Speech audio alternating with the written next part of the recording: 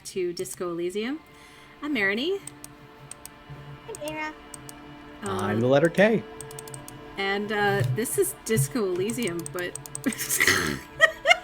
What's going on? this has never happened before. Okay, here we go. Continue. Okay, I figured it out. Okay. I don't know how to use a computer, you guys. That's what this comes down to. Haha. Oh yeah, I I almost died. To this fucking prick. Scotty was just asking me if I have any idea who committed the murder, and I'm like, I got nothing. Maybe it was me. Maybe it was me all along. No, I don't think so. Okay. All right. So, were we finished talking to him, or did we just finish talking because I was tired? We finished talking to him. Okay. We can fuck off. All right, let's fuck off. He almost killed us 2 times over. Yeah. Fuck this guy. Do you see any terror? I'm like looking around. What's that? Terror in this guy's office? I don't know. That'd be funny. So even worse. You do have a comically sized check that he gave us. Oh yeah. Let me fix the picture. Hold on a second. Let me make it a little bit bigger. I was gonna say, even worse. He almost killed us twice without ever lifting a finger. I know. What a fucking punk. All right. So should we talk to this guy now that we've spoken to his boss, or no? Yeah, let's see what he's got. All Yeah, right. say there's anything new. He really seems to like that guy. Oh, hey, mister. I knew you'd be back to talk with old Leo here. Yes, I did. It's like Lady Larice said when she opened a bathhouse in the basement of my apartment building. They can only get so far before they're aching to get back. And lots of folk really did keep coming back. Leo, in the future, can we keep this greeting shorter? Sure, mister. Absolutely. I'm always willing to help out nice fellows such as yourself. There's nothing new. Okay. I'm off. Well, Can you shut up? Okay, bye. Girl, bye. Okay. Bye. Okay, bye. Bye.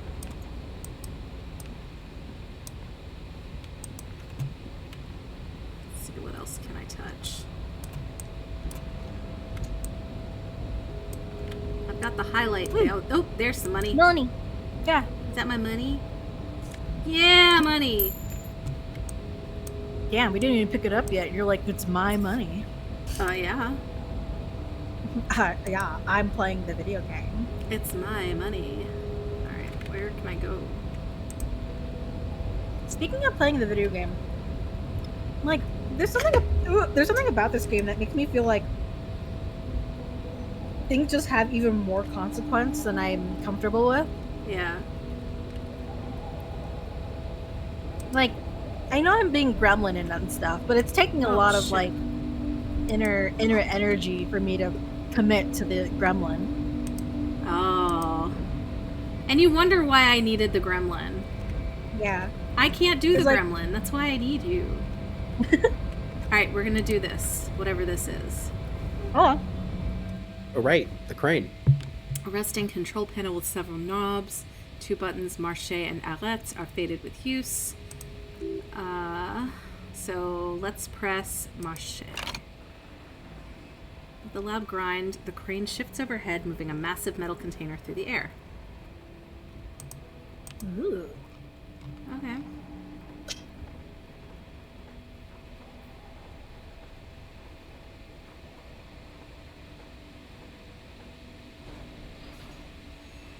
Ooh, can you access it? Let's find out. They're making us watch the full animation. And with surprisingly quick thunk, the crane places the container down. The harbor sleeps as the strike rages in the distance. The crane can rest again now that its purpose has been fulfilled. Its purpose? What do you mean? Understood. Let's get back to the panel. Its purpose. What do you mean? Moving this container, of course. For this purpose it was built. For this purpose it has acted. And now it will rest. I can't see how that was worth the ruckus. He looks at the crate, except for seeing the crane in action, which I admit was satisfying. Okay. Press FX. The crane does not return to its original position. It does not move at all. Okay. Go up to it. Go up to it. Let's see what's inside. Is this where I can live? My Watch it be new empty. palace. Before you stands a cargo container, just one of many in the yard. Lieutenant, I think there's something special about this container, or leave it alone. I think there's something special about it. Lieutenant sighs.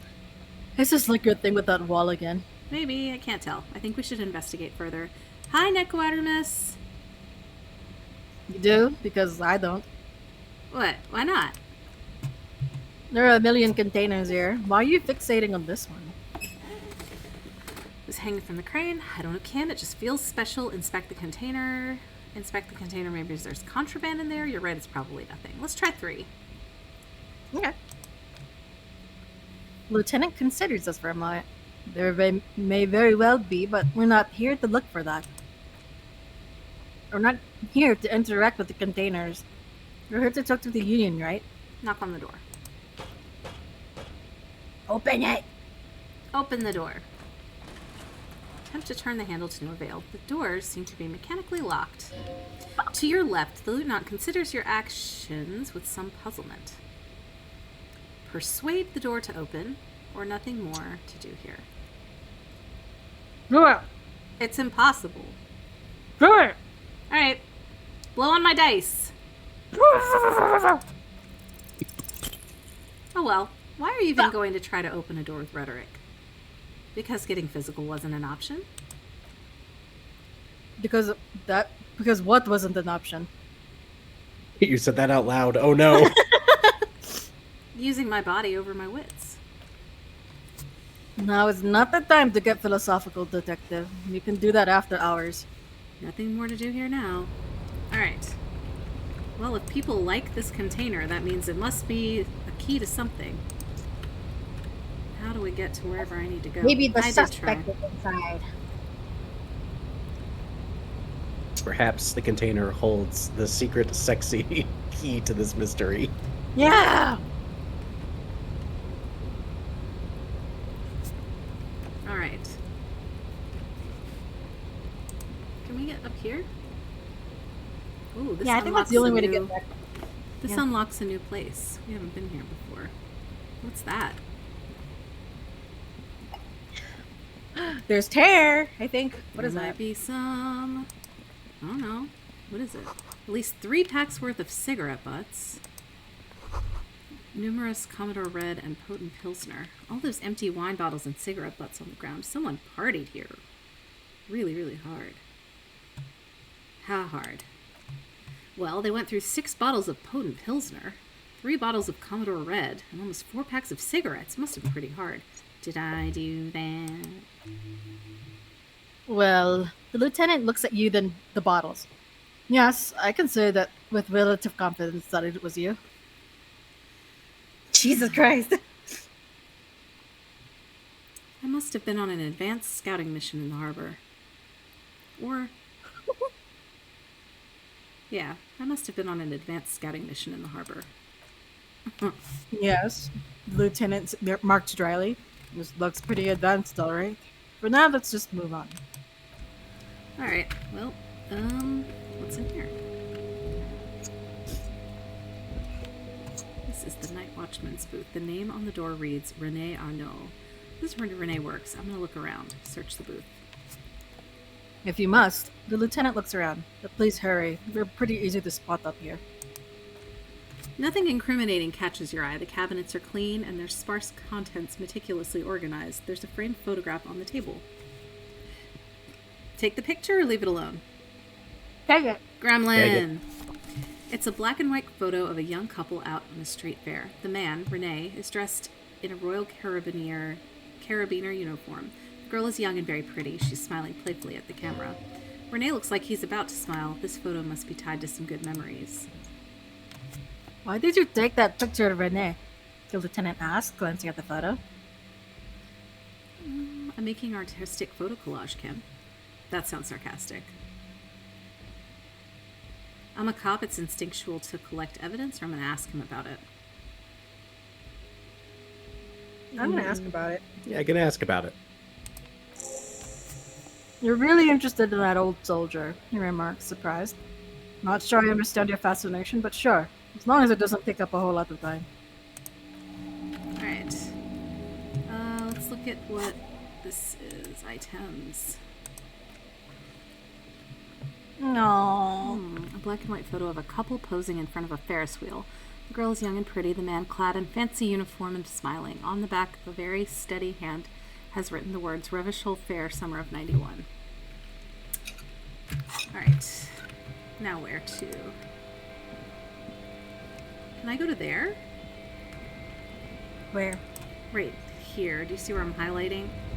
All the No. way to the left, there's a door. Oh, I see it. Yeah. I think that was the apartments, Melanie. Oh, okay. I guess this all wraps around. Yeah. Interesting. Alright, let's go in here, I guess. Mhm. This is where I jumped down to. We haven't been in here before. No. The radio is emitting strange buzzing sounds. What's that? La Boucle La Fumée. Okay. Standard office file cabinet. The drawers seem to be locked. Someone left the coffee machine on. Dark liquid in the pot looks almost sentient. On second glass, someone has forgotten to properly close one of the drawers. It's unfortunate for the union to just leave their paperwork lying around like this. Let's see what's inside, he thinks. Open the drawer. The drawer opens smoothly. Inside is a well-organized collection of brown folders. Let's browse through the folders. Hundreds of documents containing logistical data. Two kinds of transactions stand out. Materials coming into Revachol from the outside world, from Mundi, Grad, and even Ilmara. And the same materials being handed over to the companies inside Revachol. Coron, Coal City, La Delta, and Jamrock are listed among the many districts where imports are being sold. Anything interesting? It's hard to make sense of this thicket of company names, dates, quantities, and percentages. You try to focus, but the lines are getting blurry. Force yourself to Come look through on. the folders. You got this. Yeah! Whatever's hidden here is hidden well. Concentration isn't enough. Only a trained accountant with background in logistics would be able to really make sense of it. However, there is a little handwritten note stuck on the side of the drawer. Look at the note.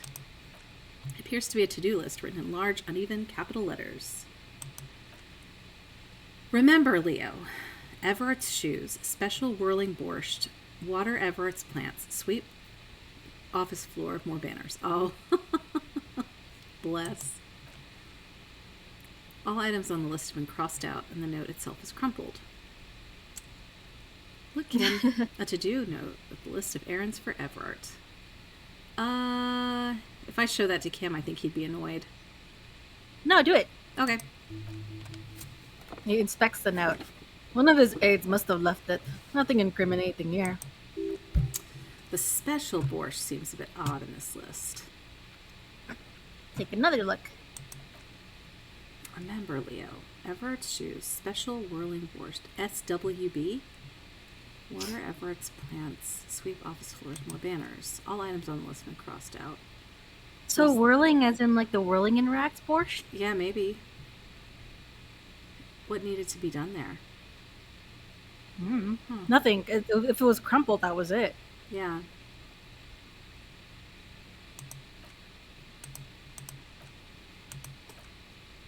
Okay.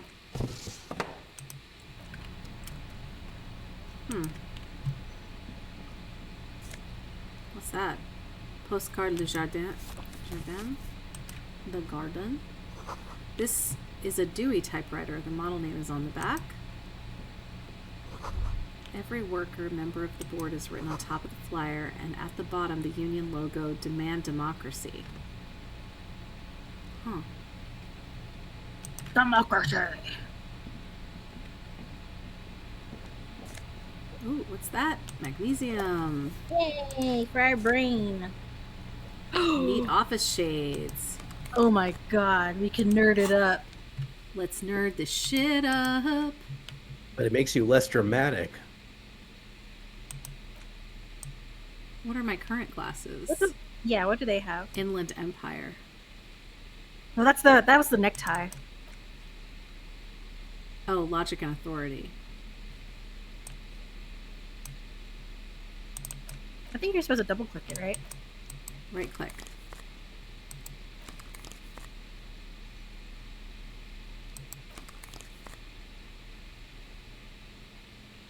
I think I'm going to keep the flip up ones. Okay. Okay. Alright. Anything else? I think that's it. No, Oh. no, wait.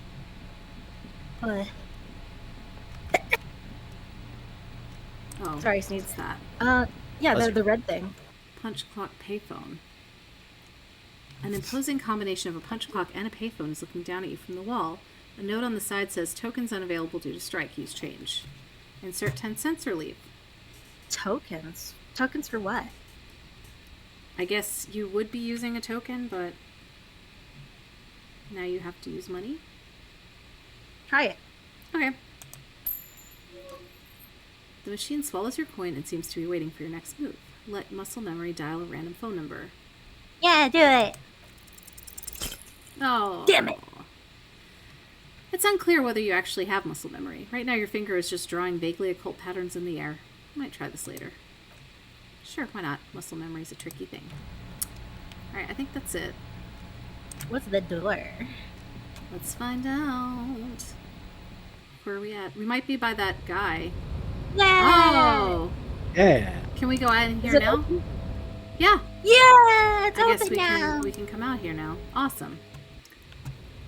We have unlocked this area. Okay.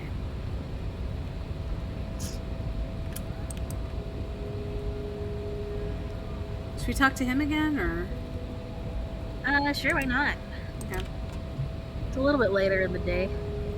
So, how'd you like our harbor? How many random places does this guy get drunk? Yep. You can use that on the second loop. Okay. Labor Utopia was nice enough. Complete shit.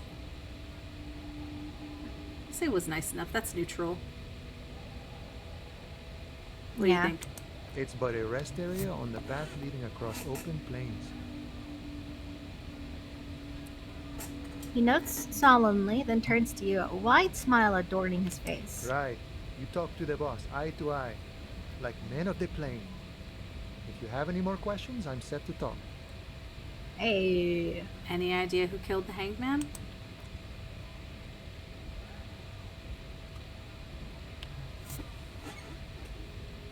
Mercenary, eh? He shrugs. Who could have killed him? That's indeed the question. Why even do such a thing? He shakes his head solemnly. The harbor is a prime area of suspicion. In your opinion, are the dock workers involved in the killing? Who'd have thought? He scowls, looking shocked. Why would noble workers resort to such a thing? Unless they were pushed, of course. Pushed how? Your dead guy. He was an enemy combatant. Hold up, what does that mean? He was an agent of the opposition, attempting to undermine the honorable efforts. Did you kill him? I ain't the murdering type, but that's just me. Large organizations like our union have all sorts of men, with all sorts of skills. He's not lying about not doing it himself. Understood. The lieutenant takes a note. This has been of limited use. Still, thank you. No problem. I just wish the best to you in your search. Sure, I'm glad it's not my search. He takes a sip from his flask. Good talking to you. Gotta run. Okay. Okay, it's only 12. Where to now? I guess we can go to the whirling, Okay. to Gart and give him that funny check. Oh, yeah.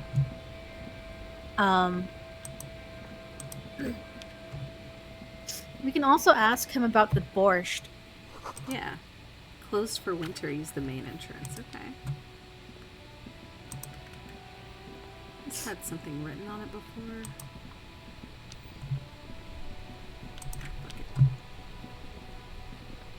Hey, potato!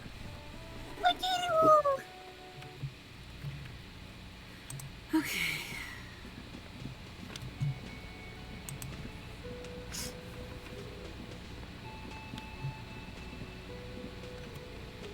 can I help you? About my bill for tonight. I have this giant novelty check.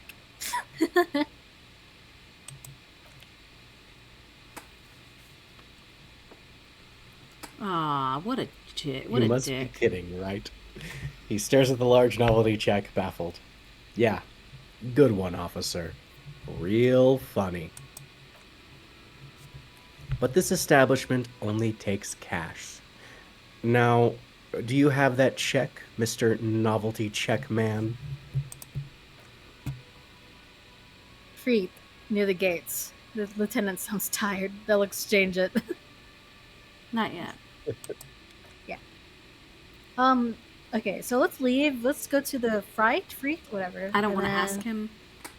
Not yet. Okay. Once we come back with the money, I want to ask him. Okay, about the borscht. Yeah. Butter him up first, huh? Yeah. Yeah. Oh. What? Oh. What do you want me to do? Inside the mess hall, there's like money on the bar over there. Where? You're in the kitchen. In the mess hall, okay. Are you going to try to take money from these guys right in front of them? No. I'm looking. I'm not seeing it. It's in yellow, like on like the little sill in between the mess hall on the left and the kitchen on the right, or in the center. It's framed in the window. Oh, right at the here? Oh, right Yeah. there? Yeah. Ooh. Yeah. I mean, why not? Yeah, just Maybe later. Maybe later. maybe later. Maybe when these guys aren't there. I feel like they're gonna see it and judge you. I mean, I don't care. Fuck them. We gotta find that lady taxi driver. Where are you going, Molly? I'm going to the Freet. Where's the Freet? That's not the Freet. Where's the The Freet? place with the hair. Oh, The- that place. Okay, sorry. Yeah, I was the thinking racist lorry driver standing there. Oh yeah. Okay, that place. Sorry, I was thinking. The pawn shop, yeah. Yeah.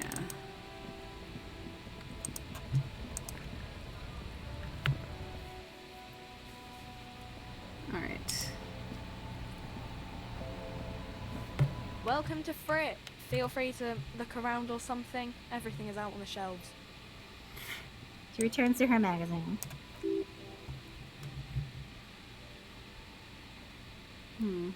What's that magazine she's reading? What magazine are you You reading? mean this? She looks at the cover boasting a colorful photo of two girls kissing. This is Pop Stars. It's got, like, famous people in it. It's not for sale. Looks like it also has something called Police de la Mode featured on page 34. This speaks to you. Forget about all that. What's this fashion police feature? It's where they rate different outfits famous people wear. It's kind of funny. They're kind of mean. It's about who's the most stylish. Oh my god. I bet your hat would take the prize. So who's the most stylish there? It can't be anyone from here. Benita. She's a model. Usually it's a model. Or a singer-songwriter. Or a model. We are not the fashion police. We're the real police. Oh, come on. Let's proceed. I have Can- some questions for you, or ask what I think we know what the Freet is, right?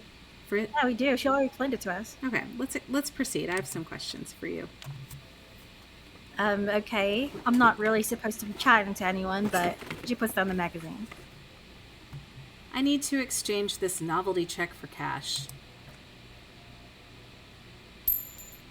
Wow. I didn't know you worked for the union, sir. She rolls up the giant novelty check. Looks like she's seen it before and slips it under the counter. Anything else I could do for you? Oh, that was easy. Worryingly so. Does Frit have a warehouse in the back of the Whirling in Rags? A warehouse? I don't know. Maybe. I don't really care what Freak does. This is important. She scrunches up her face into an expression of consummate adolescent skepticism. Fine. Freak doesn't have a warehouse, just a little back room here, okay? She turns back to her magazine without waiting for you to respond. Can you tell me anything about the dead body? I don't really know anything. I mean, I know it's there, but I haven't seen it, so. Thanks for your help. She brushes a strand of hair off of her face and tries to return to her magazine. Because we already talked to her about it. Yeah. It's just been a while. You can buy a raincoat or ask about it. Oh, nope, wait. This is there. Do I have any tear? No. Nope. Do we? Nope, I guess not. We're not holding our plastic bag either, so we're not seeing tear when you check. Okay, so how about if we change that out then? Jesus Christ, we've just been walking with a crowbar and a fucking Yeah, I haven't said anything. It's been a little concerning the whole time. You look like a torturer. It's fine. It's fine. There in the dark. I kind of want another glass. potato. You want another potato? Yeah. Rubber gloves. Oh well. Okay. All right now. Okay. All right. So let's go back out and see if I can find some more tear then. I guess since I haven't been collecting it. Got a whole new area to explore to look for it. I know. All right. Yeah. Now go back to Gart. Yeah, let's go back to Gart.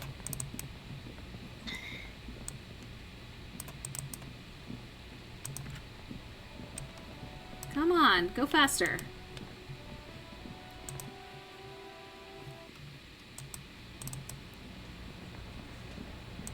Talk to this fucker. I don't know, man. Carrying a crowbar in Martinet might be a good idea until you find your gun. Maybe. Okay, got my bill for tonight.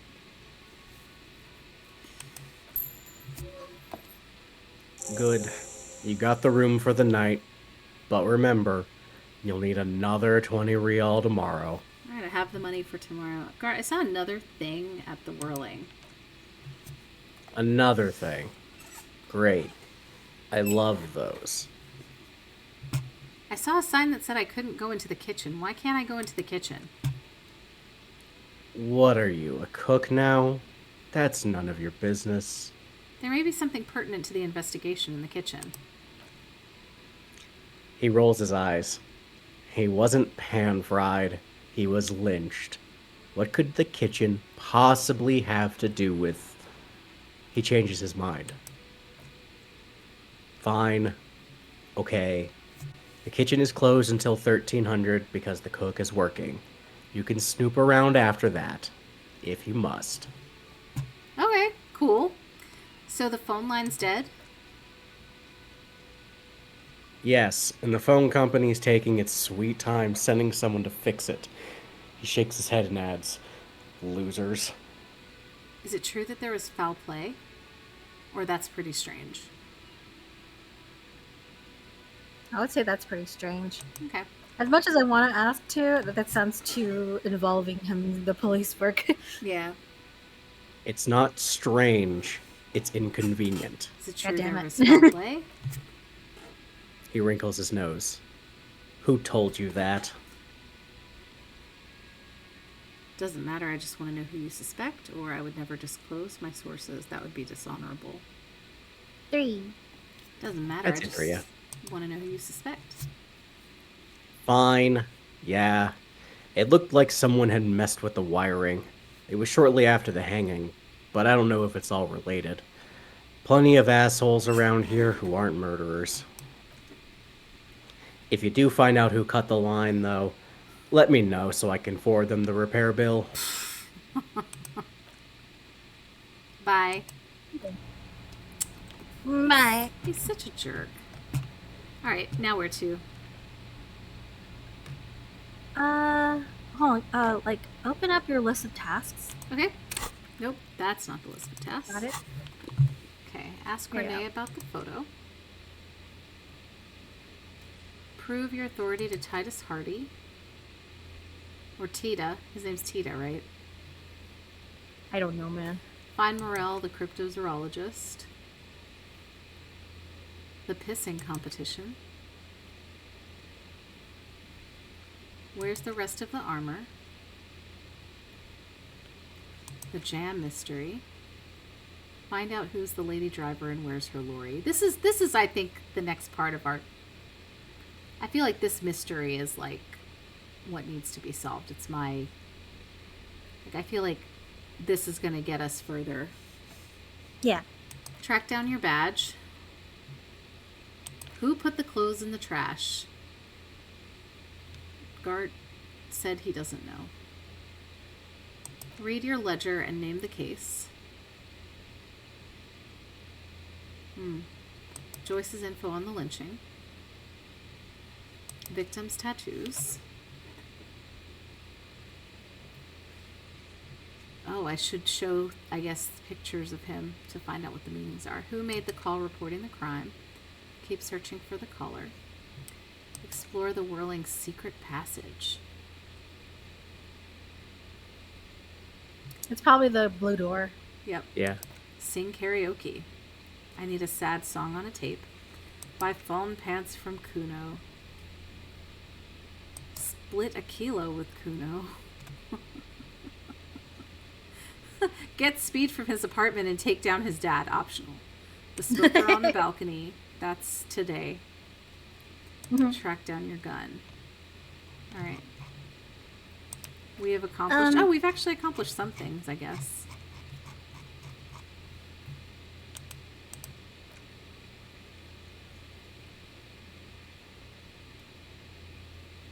Let's try to do the thing with the document in our inventory.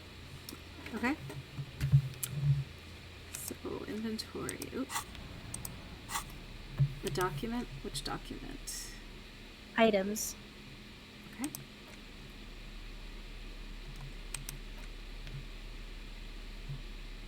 So it's the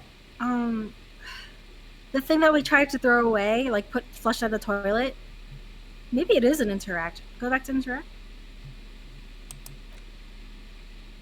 Yeah, try that leftmost thing. Yeah, that ledger, the ledger. Okay, this is the ledger you found in the trash. It's full of notes written in a man's dense cursive. Have a closer look. Maybe it can be salvaged to start keeping notes on the case. Okay. Can you... Yes. It's the ledger you found in the trash. A pitiful cabbage of white and yellow papers hanging from plastic board. Barely held together by a metal clip. This sad display is made complete by the faint smell of urinal cleaner. Anything else? There's a piece of toilet paper as a cleaning tissue. No, it's toilet paper desperately sticking to the back of the blue plastic clipboard. It's a metaphor for you. Below the pathetic's terror, do not look into its blue heart. What?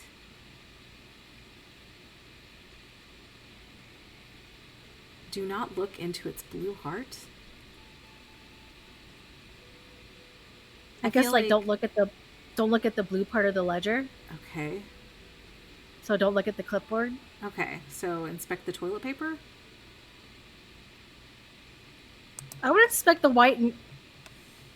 You can take it off if you want. Maybe it's kitchen tissue. They look exactly the same. If you want it to be kitchen tissue, it can be kitchen tissue. It's not, though. It's toilet paper. Take it off. Still wet. The toilet paper, I mean kitchen tissue, sorry. Peels off the plastic easily. All you have to do is shake it off with your finger and voila. The ledger looks now marginally better. Inspect the clip. The clip? Just Sure. not the board. Oh, shit. The papers, Good sorry. job. They're not exactly white. They're yellowed in patches by sunlight and alcohol, covered in dense blue handwriting. Ink escapes into watercolor patterns, reaching its tendrils across entire pages. The paper itself is checkered with faint red lines forming short paragraphs. Once in a while, there's a red stamp that exclaims, case files, commit to paper. The case files themselves are plenty. You count more than 100 sodden, crumpled up, earmarked pages falling apart in your hands. They appear to be sufficiently organized and extremely dense, if mostly illegible. What is in there? What are they about? Work, strife, poverty, the Jamrock Quarter. These are handwritten logs of the investigations dating back to January 51 this year. The exact number is hard to estimate due to missing pages and an odd naming convention. But there are at least 20, maybe 30 cases, undertaken, not completed, mind you. It's the middle of March. You have attempted 2 cases a week on average. What do you mean? Is that all? That's it? Is 2 cases a good caseload? Not. Huh? He raises his nose from his notes. 2 complex cases to undertake is a lot, yes. You really have to push yourself. I would not suggest it, lest you start making mistakes. 2 cases a week appears to have been my load, Lieutenant. I'm not sure I completed them, though. 2? He raises both eyebrows. That's a lot. I didn't mean to say you're making mistakes, by the way. That was presumptuous of me. I burned out all right. That's okay. He nods, then turns back to his own case files. We all do, sooner or later. Like a fan of gills, the checkered paper's dry in your hand. The handwriting is extremely dense, if mostly illegible. That's it? The notebook is annual. It says 51 on what remains on its cover, a molten scrap of cardboard. Everything prior to this must have belonged to a previous volume. In short, there was more. There was mention of a naming convention here? Yes, it appears you employ a, shall we say, robust yet literary system. Each investigation has its own case number written in the margins, yet, more tellingly, most are accompanied by a name. A title, one might say even. One that draws inspiration from Snoop fiction and Vespertine cop show staples. Oh my, and they're written in capital letters too. Yes, all caps. One is called The Next World Mural, another The Square Bullet Hole Murders, another yet The Unsolvable Case. More? Others appear more lighthearted. The guys on a couch in an unexpected location, and the murder at the hookah parlor, even the rare article-free collapsing tenement. Murder features prominently throughout. It's going to take an effort to piece these case files together, but it can be done later, once you're done inspecting them up close. Kim, my cases appear to employ some kind of naming convention. You mean the alphanumeric? Officer, precinct, time of arrival at the scene? No, I mean a non-numeric one with titles. Oh, you mean the titular, titular? Titular. Yes, Mm-hmm. well, titular. Well, yes, well, so do I. In their defense, almost everyone in the RCM does. Why is that? It's a holdover from the early days of the RCM, right after the revolution when the organization had little idea how to do things. It persists in an unofficial capacity. Officers use these titles to refer to their work among themselves. I seem to have named one case the Square Bullet Hole Murders. Again, in your defense, I seem to have named one. He peeks into his notes. The man with the hole in his head. That was a real person. His death was real. I still named it that, to amuse myself. He smiles. I pray his loved ones never find out. What happened to him? Rail spike through the head. He died. It was a workplace accident. I have to open an official case. Is there room? There is, for precisely one more. 15 pages near the end remain untouched by the damage. The checkered grid forms a structure of passages breaking the case into subtasks to accomplish. Once all the tasks are accomplished, the case is complete. Commit to paper. Sadly, the ledger only comes with an old, worn-down lead pencil. It's unfitting of this monumental event. Kim, do you have a pen? Lieutenant looks at his blue notebook. 2 fat, shiny pens hang from the binder, like large caliber bullets on an ammo belt. It's downright incriminating. He has little choice but to give you one, although he really does not want to. He's not really saying anything, just standing there looking at them. I'll just use this crappy pencil. Fine, I'll just use this crappy pencil. Absolutely motionless at first, then animated slowly, imperceptibly even, the lieutenant begins to browse his notes again, leaving you to the case files. The threat has passed. He's thankful it has passed and that he got to keep both pens. He starts scratching the tasks you've completed into the paper with a brash freehand uncannily similar to the rest of the letters. The wording comes easily. It's almost robotically simple, a language developed for mental rigor and simplicity. Inspect victim's body, get the body down, interview the cafeteria manager. It's not exactly poetry, but poetry would be out of place. Cross out the ones you've already finished. A satisfying slash sounds across the paper. You're done, it seems to say, and you and you. Things to be done and things already done, the composition of reality. This is an extremely useful tool for a detective of the Citizens Militia. Now all that remains is to name the case. Have you by any chance named our case, Lieutenant? No, actually. Any ideas? The Furies are at home in the mirror. The setting sun, shit on a stick. I think the Furies are at home in the mirrors, kind of. It's pretty cool. It's bananas. It has nothing to do with anything, but it's really dramatic. He's very dramatic. All right, the Furies are at home in the mirror. Furies. Yes, well, it's obvious he doesn't like it. I don't know. I have to be honest, I'm experiencing the internal strife that refers to. And also, he furrows his brow. Could we make it less poetic somehow? Just a normal case name, you know? I think, what would that be? A good normal name. Yes. I guess You the know what Hangman? normal name is, but it's so plain. Anything else, please? The setting sun? I think the Hangman is like the obvious option compared to all of these. Yeah, but it says you know what the normal name is, but it's so plain. Anything else, please? Furies are at home in the morning is so disco. I don't have another name. Alright, I don't have another name. Oh, well, then maybe I can suggest one. Go ahead. Go ahead. The Hanged Man. He really likes that name. Solid name. Thank you, Lieutenant Knotts. I think so too. Good and normal. Read your ledger and name. Get Kim to really trust you? Did you guys see that? No? I got an accomplishment. It said get Kim to trust you. Hell yeah! Hell yeah, okay. He flips the page of his... He Oh, no, that's you. You're good. He flips the pages of his notebook. I'm going to start calling it the Hanged Man. It's good we sorted this out. All right. I'm done inspecting these. Close the case files. All right. Can I read the case files now? Yeah, let's do it. Yay! Yeah. Yes, you can piece them together using the alphanumeric code in the margin.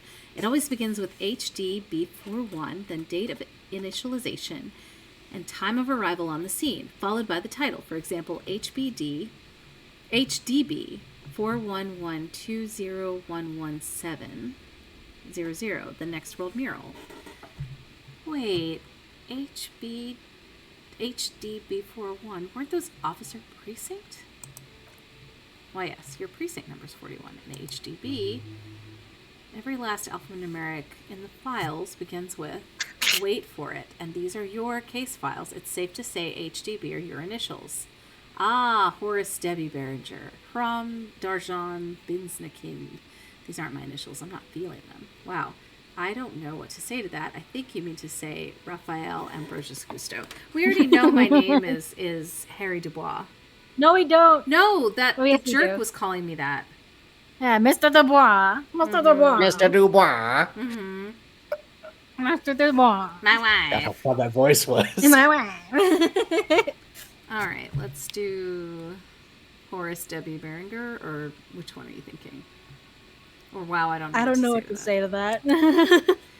I got nothing here either. Logic really isn't the best faculty to have this conversation with, but it's the one you got, so sorry. Yeah, we're staying out of this business for now. HDB is bad news from yesteryear. It's shit, honcho. How long does it take to read a case? It takes about half an hour to piece one together using the system you've devised. Where do you want to start? Next World Wow, Mural. half an hour. Yeah, I don't want to do this I right guess now. we got time to kill. Yeah. We probably should look into some things. I want to see. My vote's going to the square bullet hole murders. I mean, Nico Artemis was saying that I need to, like, look at the blue thing that my brain was telling me not to look at. Okay. We can come back to this in a second. All right, I want to look at the clipboard. It's made of dark blue plastic, hard enough to beat someone to submission with.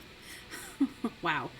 The edges are rounded, however. The U4 size board feels thick and heavy in your hand. Is U4 like something...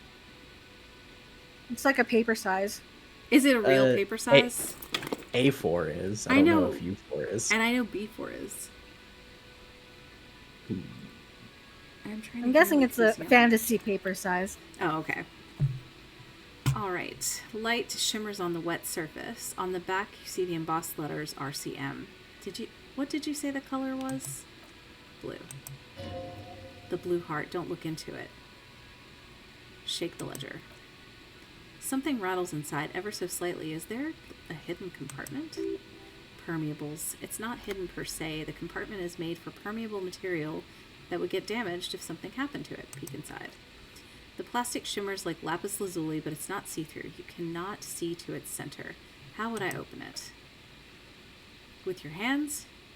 U4 size pages hang from the clip screwed to the top of the board. Open the hidden compartment on the clipboard. Try it. Yeah, go ahead. Success!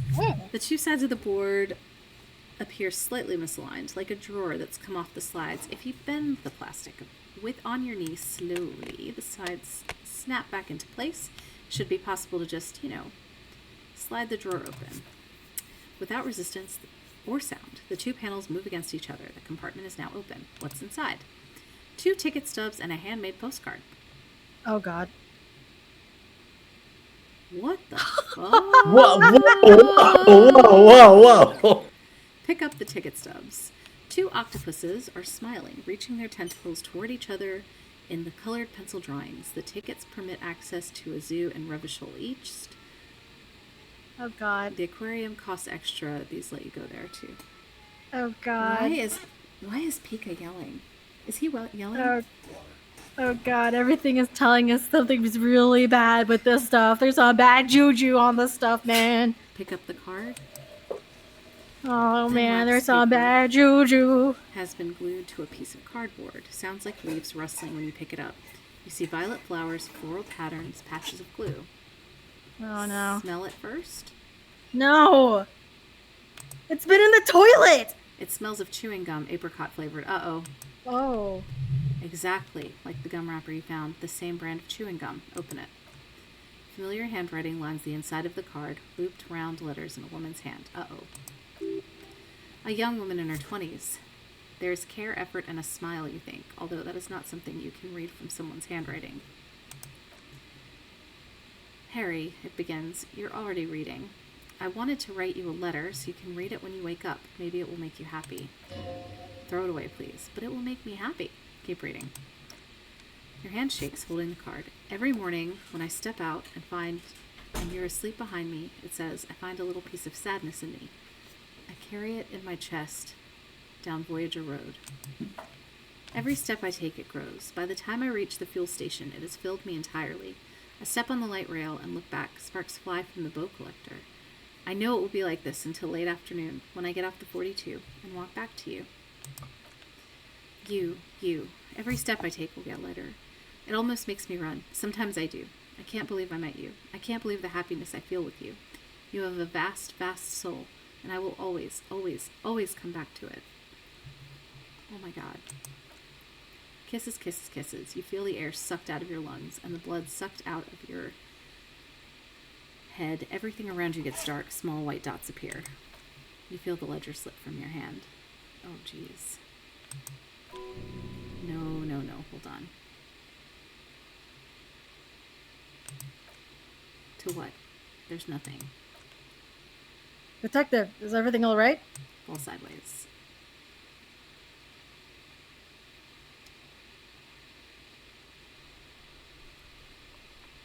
Oh, we beat the game. Thanks, guys. This was a lot of fun. What? Did we die? What? What just happened? That art looks sick, by the way. Yeah, it does. Begin? Artemis is telling all us right. to keep rolling with it. Thank you. Okay. Someone on Reddit used this as their wedding vows. There is nothing. Oh, shit. Oh shit, we started Again. over! Nothing. Nothing sad, brother. No treachery, just blackout. Okay, fine. Just lie there. This is how the beginning of the Well, game started, by the almost way, nothing. baby. There is the ground below you. Oh. That's still there. And the small light that's on, fluttering, somewhere in the basal ganglia. Why are we doing fucking time loop games? Can we have one game that is normal? Just one. Just one. What do you mean? Okay, Melanie, what's a normal game to you? Majora's Mask is... That's a time loop game! Potato has brought out the time wizard. Potato, I'm banning you. No, Do I have a Potato's not sword? banned. No. Did you give me sword abilities? Area time wizard. Who's that? That's me. Blue eyes, that's me. And who was that? Who was what? Continue. He speaks of the sickening longing, the unwell emotion. Even in the darkness, he's grasping for it. Still trying to hold on to the great sorrows slipping in the water. Slimy. Yeah, that's the stuff. Here in the paleo-mammalian cortex, we call it the shadow. Because it's always there.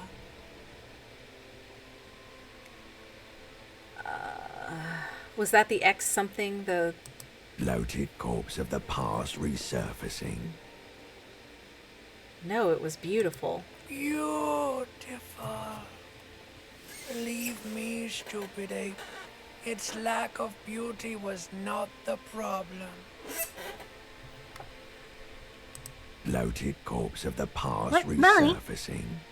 Leave it as beautiful? Never mind. I was you going can to say try yes that. Okay. Don't prod it. It will start moving again. Where is Voyager Road? Yeah. There is no Voyager Road. There are no roads, no houses, no lights in the windows. It's all on pause. Okay, I'll just lie here You motionless. think they would let you?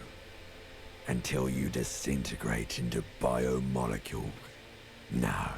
Someone is breathing on your face now, inspecting your pupils, stupid idiot. I'm not coming back, or what is that? It's cold. Yes, they're pouring something on you. It's in you. And It's delicious. Glowing lights on a dashboard emerge out of nothingness. Where am I? In the upholstered cabin of Lieutenant Kitsuragi's motor carriage, seated in the driver's basket. The air is thick with leatherworks and heavy fuel oil. Cold water runs down your chin. Drink water. The lieutenant is extending a small canister to your mouth. Drink.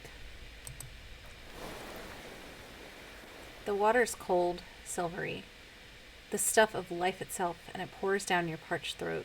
Pounding in your head receives, the darkness parts. Drink. He tilts the canister. You haven't drunk water in 2 days. Did you know the human body is not made to survive on alcohol alone? You need a secondary form of hydration. With greedy gulps, you down half a liter of cold water. Some of it spills on the driver's seat. Lieutenant pays no heed to it. What happened?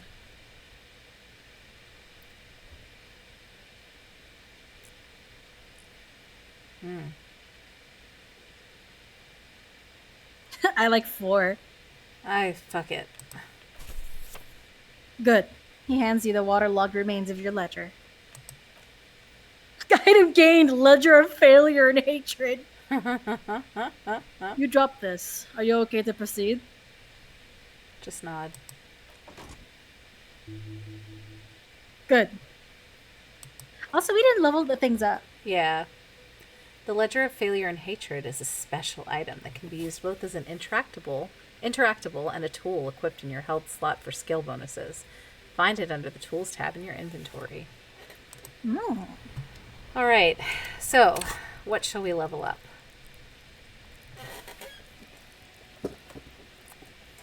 See, we have 2 points in visual calculus, 2 points in savoir faire. And everything else is either at 0 or 1. Mm-hmm.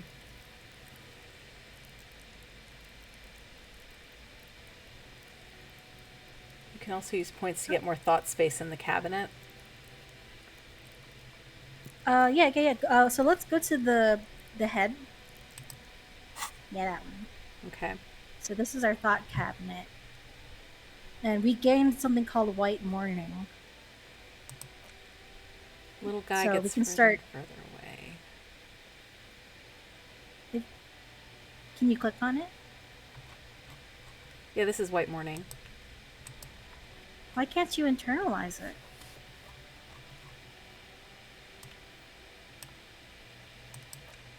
I can forget some of these. I can forget Hobocop, I can forget Aces High, or I can forget Volumetric Shit Container. Unlock a slot by clicking on it. Oh, you see those? Yeah. They're you very see them faint diamonds. Uh-huh. above the existing diamonds. So, like, above Aces High, for instance, there's another little outline of a diamond. Like, the actual diamond symbol for Aces High in the middle.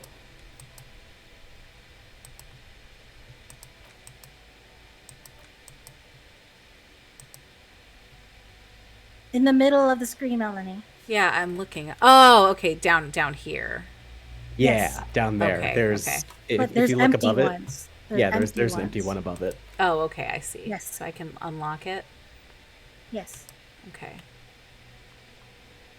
All right. That is not very clear. No. Okay. No. Yeah, I could not see the diamonds. Thank you. I'm sorry. All right. You're good. So let's see. We can do socioeconomics. We can do. You want to do White Morning? Oh, what's the socioeconomic one? It is create. I think this is making communism.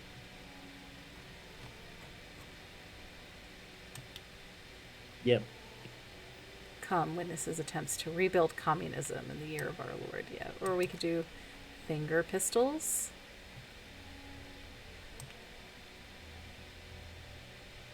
No. White Morning. Passed out on the blue tiles. The mention of it. Great white object. Lily of the Valley. He puts on his disco clothes and gets smaller and smaller.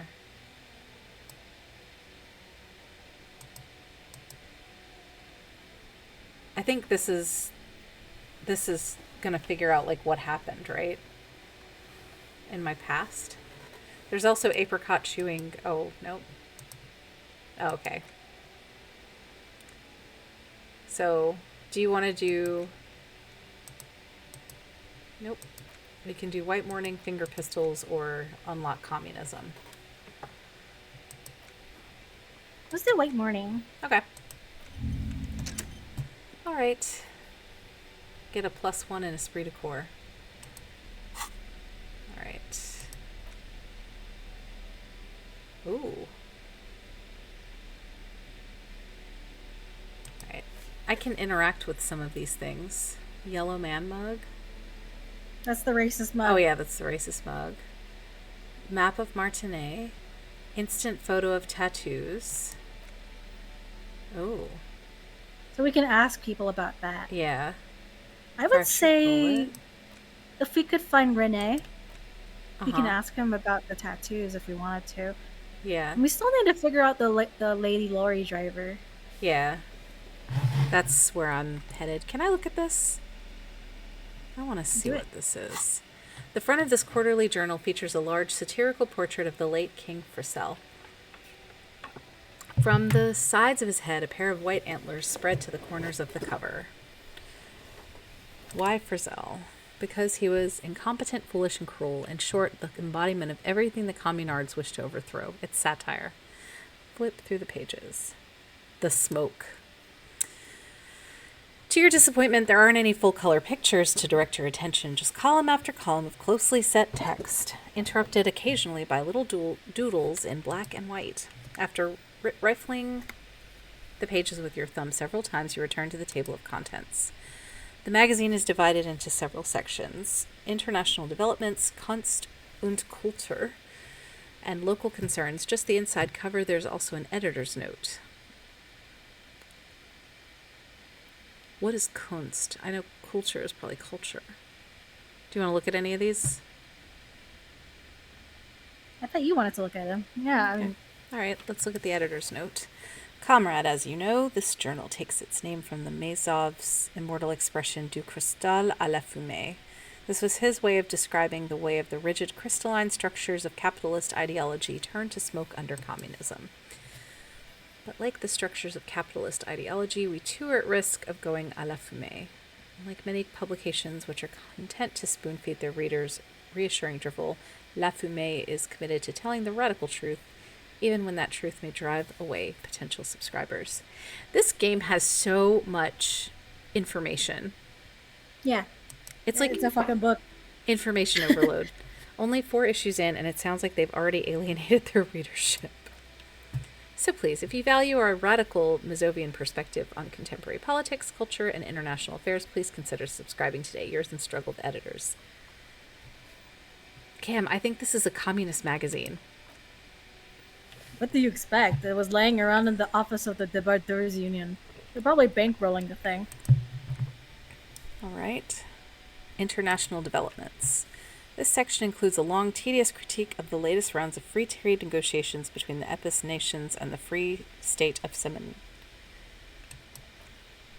You also skip over an article about a heavy fuel oil smuggling along the Mesk-Messina border, something about bear wrestling in Samara, book riots in Yukograd. Whoa. Bear wrestling? Flip back to that. All right, let's see what this bear wrestling is all about. Seems part of the new public fitness initiative for the People's Republic of Samara, SRV, devised and promoted by none other than President Nenezinski? Kay, how do you pronounce your name again? What? Fuck you. According to this, Kevin. by President Kevin himself. Well,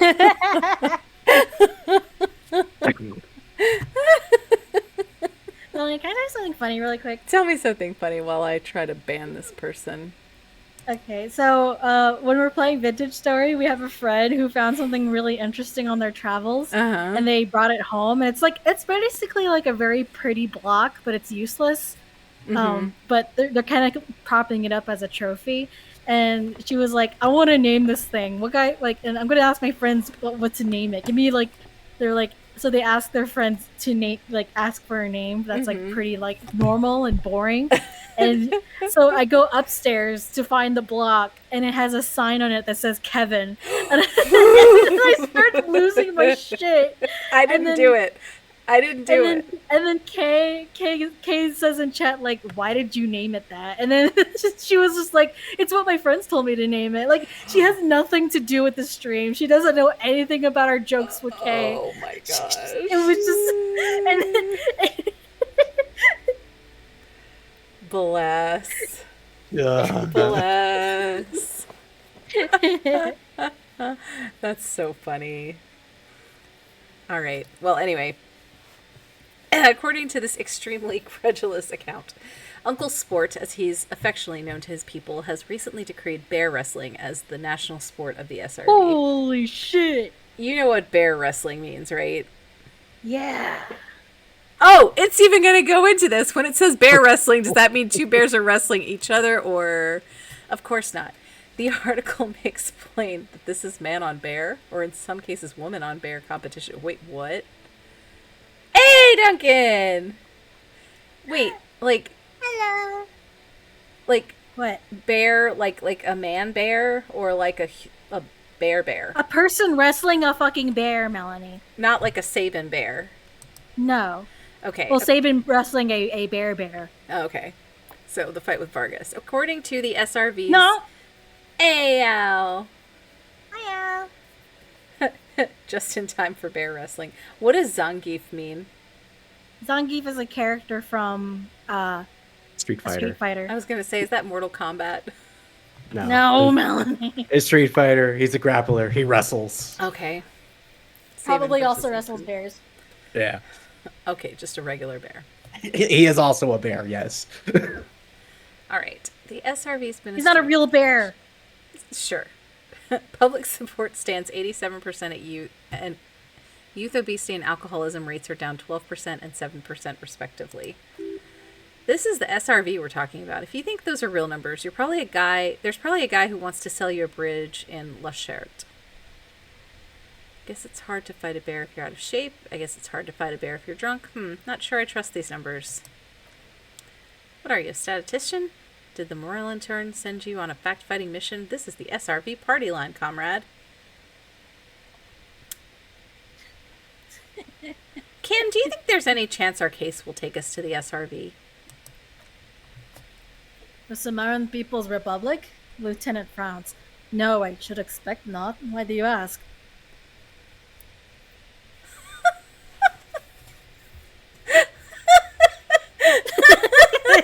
I love that no reason is at the very bottom. I'm gonna do no reason, unless you have a preference. I want to say it might be fun to see a bear fight. Okay. They're quite the spectacle, as I understand. I've heard they make the people in the front rows wear plastic sheets. On account of the blood, you see. Oh, that sounds so cool. Do you guys know who that guy is with the watermelon? I can't remember what his name is. Or is that before your time? Are you too young for that? What the fuck are you talking Gallagher. Oh, yeah. What? There's this comedian guy. Yeah, thank you, Nick. Prop comic who would smash watermelons. Yeah, and so like the front rows would always have the sheet. I mean, I just knew that was a thing. maybe we're closer in age to Nick Artemis. All right. What is Kunst and Kultur? It takes a moment, but gradually it dawns on you that Kunst and Kultur means arts and culture. Ah. Yeah, Potato, you were a baby. You're like under 30. Why they decided to title this one section in Valder is beyond you. It evokes a sense of recognition and fellowship among those privileged enough to understand. As you leaf through this section, you come across several reviews of recent radio plays as well as a brief artist spotlight featuring a local artist identified only as CS. The main feature, though, is a long essay titled Tip Top Tune, a critical Mazovian perspective. Profile of CS. So-called artist spotlight is really just a brief Q&A, made all the briefer by the subject's evident hostility to her interviewer. What's this tip-top tune? Actual article is surprisingly light on details, but after skimming a page or two, you gather that it has something to do with motor carriage racing. Oh, you figured out Justin Bieber of plagiarism? If you don't follow it, you've only ever heard about the ludicrous sponsorships and obscene death toll. Alright, let's see what these communists have to say about Tip Top. You think you're settling in for a relaxing recap of the most recent season, maybe sprinkled with some nice anecdotes about a few of the more colorful drivers. Instead, you find yourself skimming a 10,000-word feature about all the politically problematic aspects of Tip Top Tournay. What's wrong with Tip Top? Where to even start? For one, there's the crass commercialism of its sponsorships, and then there's the practically criminal emphasis on deadly motor crashes. Oh, they just keep it interesting? Jesus Christ.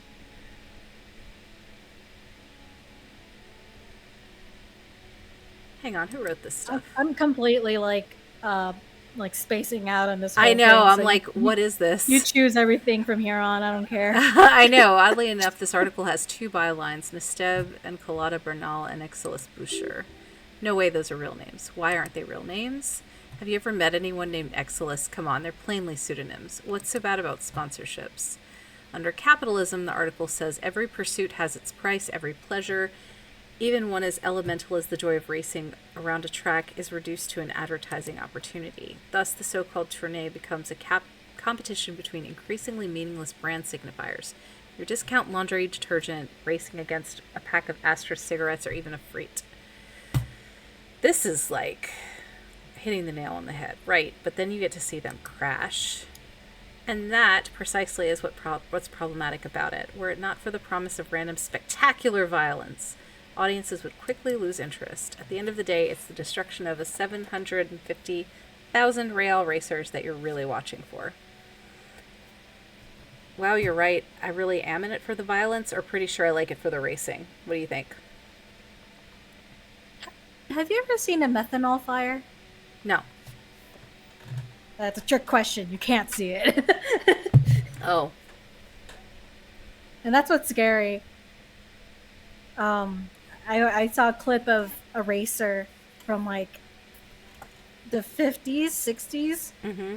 Like he had to like get out of his car because it ignited a methanol fire, but it was in broad daylight, so he just looks like he's flailing his arms. You see no fire, but he is on fire because methanol like burns invisible. So in you daylight. just like watch his skin melt? I wouldn't say melt, but like they are like spraying him with like fire extinguisher and stuff. Mm-hmm.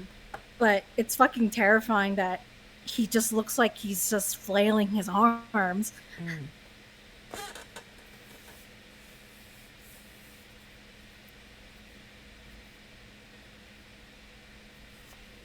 There's also a person Go ahead. I was just gonna say there's a person I follow on YouTube. She like is super into NASCAR. Mm-hmm. Like it just kind of feels really out of left field for her, but she's super into NASCAR and loves it. No, not NASCAR. I'm lying. Formula One. She's super into Formula One. Okay. And so like, but like I know she's not in it for the crashes. Mm-hmm. She just likes seeing car go fast. Yeah. One of my friends is reconnecting with me, and we're starting a Habitica thing, which I haven't touched Habitica in years, but anyway, she's really into Formula One and that kind of thing, and it seems classier than NASCAR. Yeah. If only by a little bit.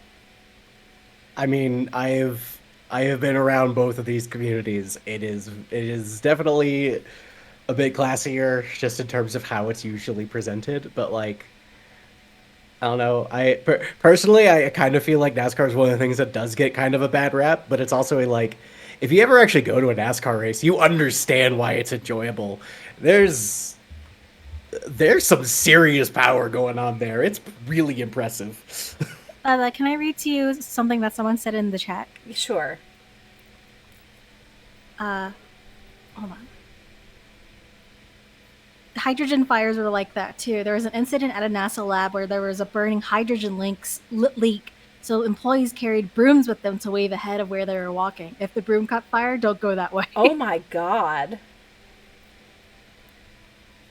Woo.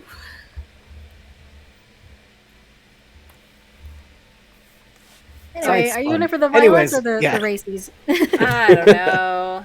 What does the gremlin say? Violence? I like violence. Alright. You see, cannot avoid the conclusion that Tip Top Tourney is simply the apotheosis of spectacular entertainment under capitalism. Kim, this article says that no one really watches Tip Top Tourney for the races. Oh, come on. Can this article read your mind? It seems to think so. The lieutenant sighs. A certain kind of young man reads 1 or 2 books and suddenly he thinks he understands the secret structures of reality. If I had to wager, I'd say they'd never even seen the inside of a motor, much less a motor race. I take whatever they write with a large grain of salt. Alright, let's see what they mean by local concerns. Unsurprisingly, much of this section is taken up with articles declaring unqualified support for the dockworkers' strike. You skim the headlines, paint the harbor red and white. Martinez tames the wild pines, city in revolt. First we take Martinez, then we take La Delta.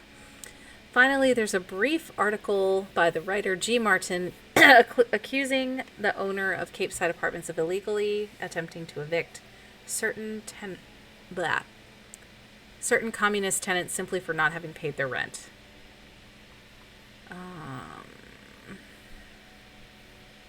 Charging rent just to live somewhere is pretty outrageous.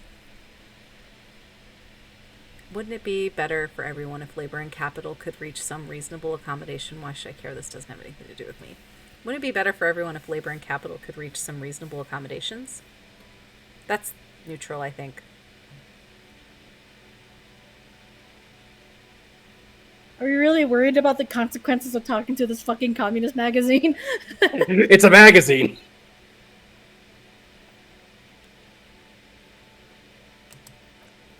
According to these editorials, there can be no accommodation with the forces of international capital and their mucilaginous allies in the coalition. Why do communists love puerile insults, and they wonder why they're always being left out in the cold? Hold on, what's this about a coalition? Judging from the context, it's something very large and fundamental. You should probably know about it already, honestly. Flip back to the front, put the magazine away. Alright, we have done enough interaction for now. Ooh, what's that? Oh, it's 2 p.m. already. What's this? We're getting reports of normal, reasonable, temperate political opinions somewhere in Martinez. You must be mistaken. I'm a real radical. That's me, Mr. Reasonable. Someone's got to keep it sane around here. That's because I keep having to say none of the above to political stuff, isn't it? Discard thought.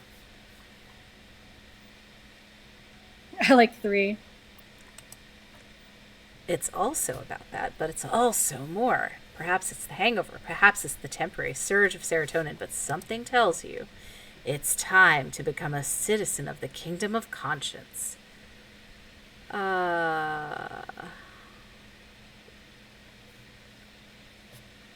What did I do? Oh no. You're being pitched Oh another no. thought. Oh no. Okay. I'm too fiery for this watercolor ideology. I'm trying to develop more extreme and interesting options. That's a pity. Real democracy was just around the corner for Revachol, and the leading citizens are waiting there without you. Alright, so, where to? Lady Driver.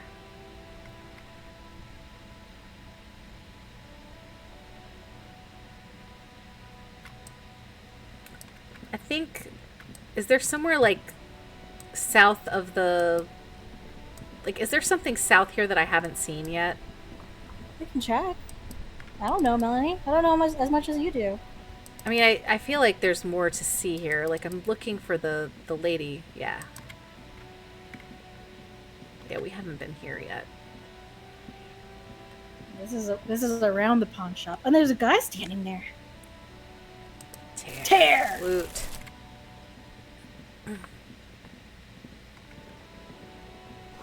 Water lock out of order until Wednesday at 7:15. Hey, dude. G'day to you, officers. A burly man hangs out by the waterlock, carving up a generous serving of salami with an old hunter's knife. His eyes are fixed on a man's strand on the other side of the waterlock, and on an enormous billboard that has fallen down into the canal between them. First things first, what are you doing here, man on the waterlock? My friend Barry the Butcher is stuck on the other side of the waterlock. I'm keeping him company, and eating this salami. Melanie, get out of the world of ruin! Okay, sorry.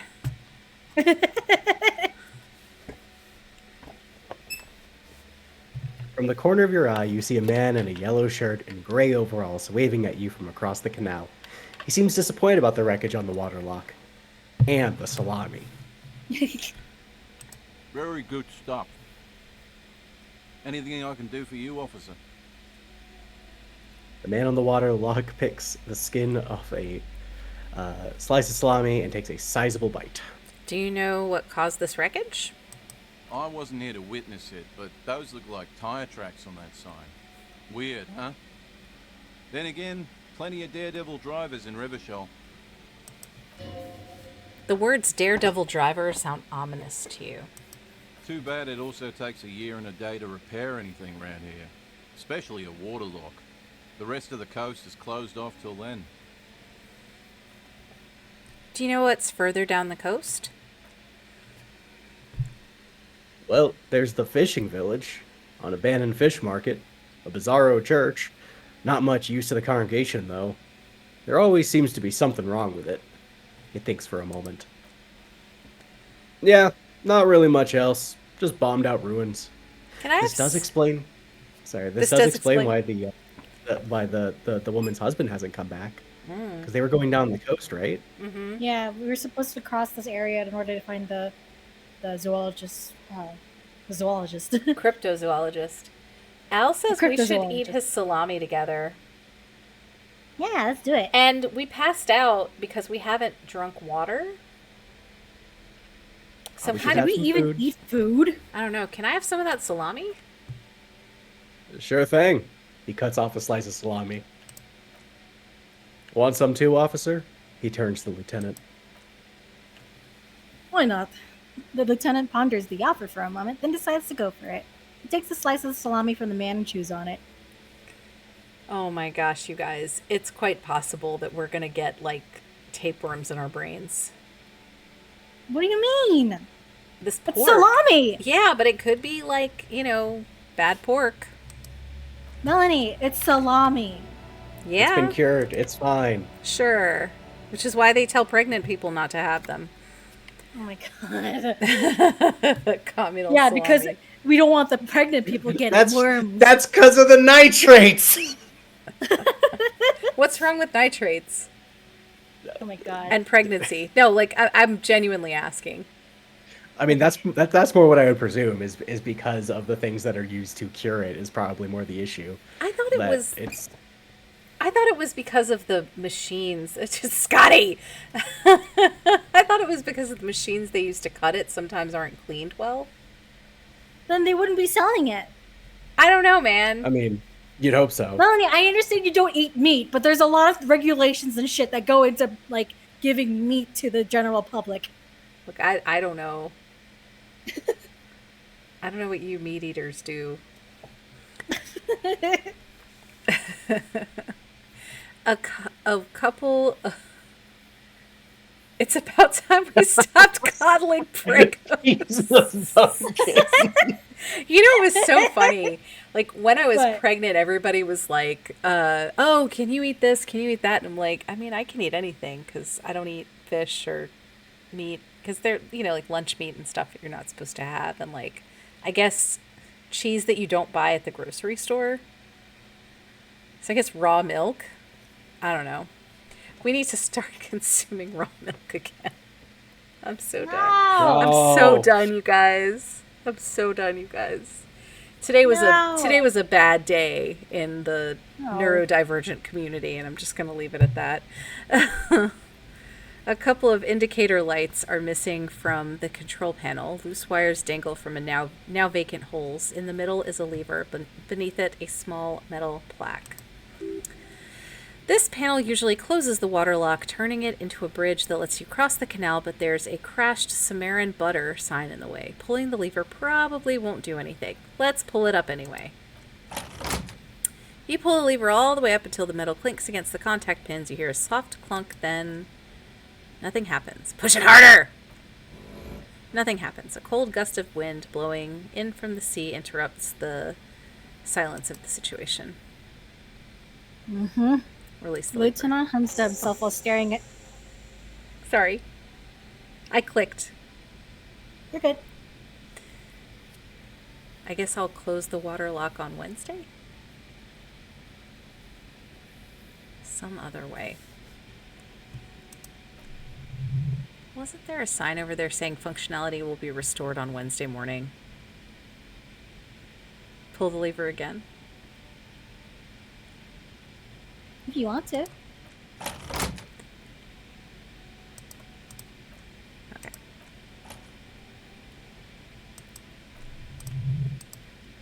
Okay. I don't have to be a gremlin all the time. I'm so glad you get to... That guy across the water lock gets to watch both of you and his friend eat his salami. I mean, He's gonna I guess be so mad when we get to him. I guess that's why, like, yeah, sure, I'll share his food with you. Alright. It was free food. Why not? What's that? Is that tear? This is the guy we bought those No. glasses from. Oh, that's right. No, this is the guy we bought the glasses from. Oh, you're right. Oh, but there's a trash can over there. Yeah.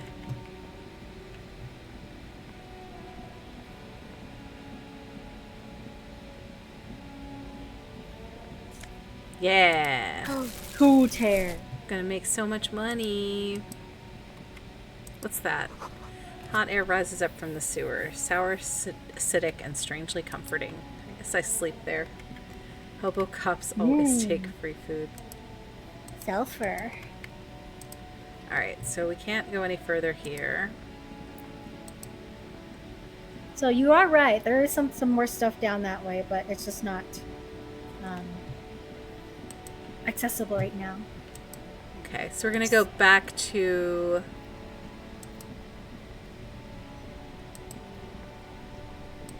back to the whirling in rags to go into the kitchen, is that right? Yeah, we should be able to. Yeah, because it's after 13 o'clock.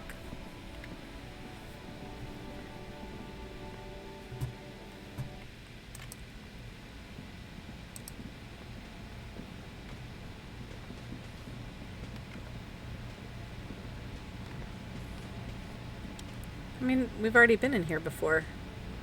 Yeah. Okay. We were in here before he said we were allowed to be in here.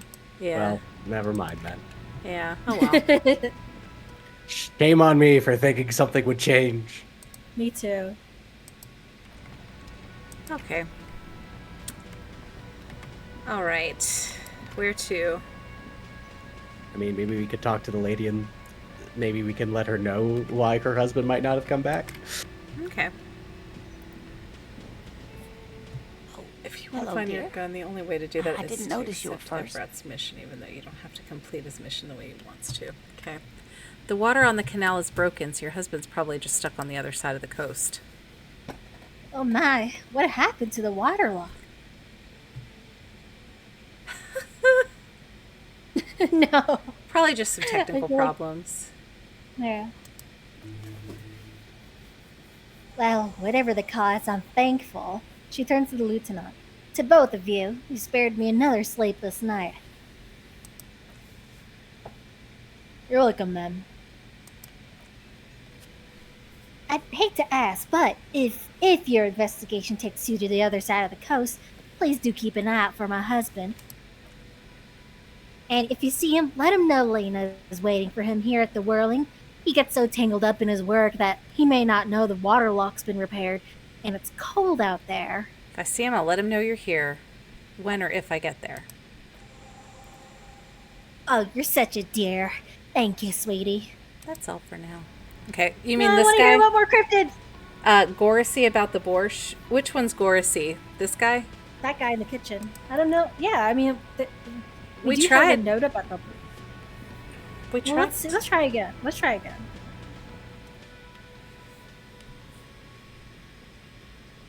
Pots. Yeah. It's like most No. music. Stay masculine. Damn, I don't know. Yeah. I want to hear about the more cryptids. Really? Okay. Yes. Oh, hello, dear. There you are. No, to hell with it. Let's have more cryptids. Hey! Of course, officers. She smiles politely. Is there a particular cryptid you two are interested in learning about? Well,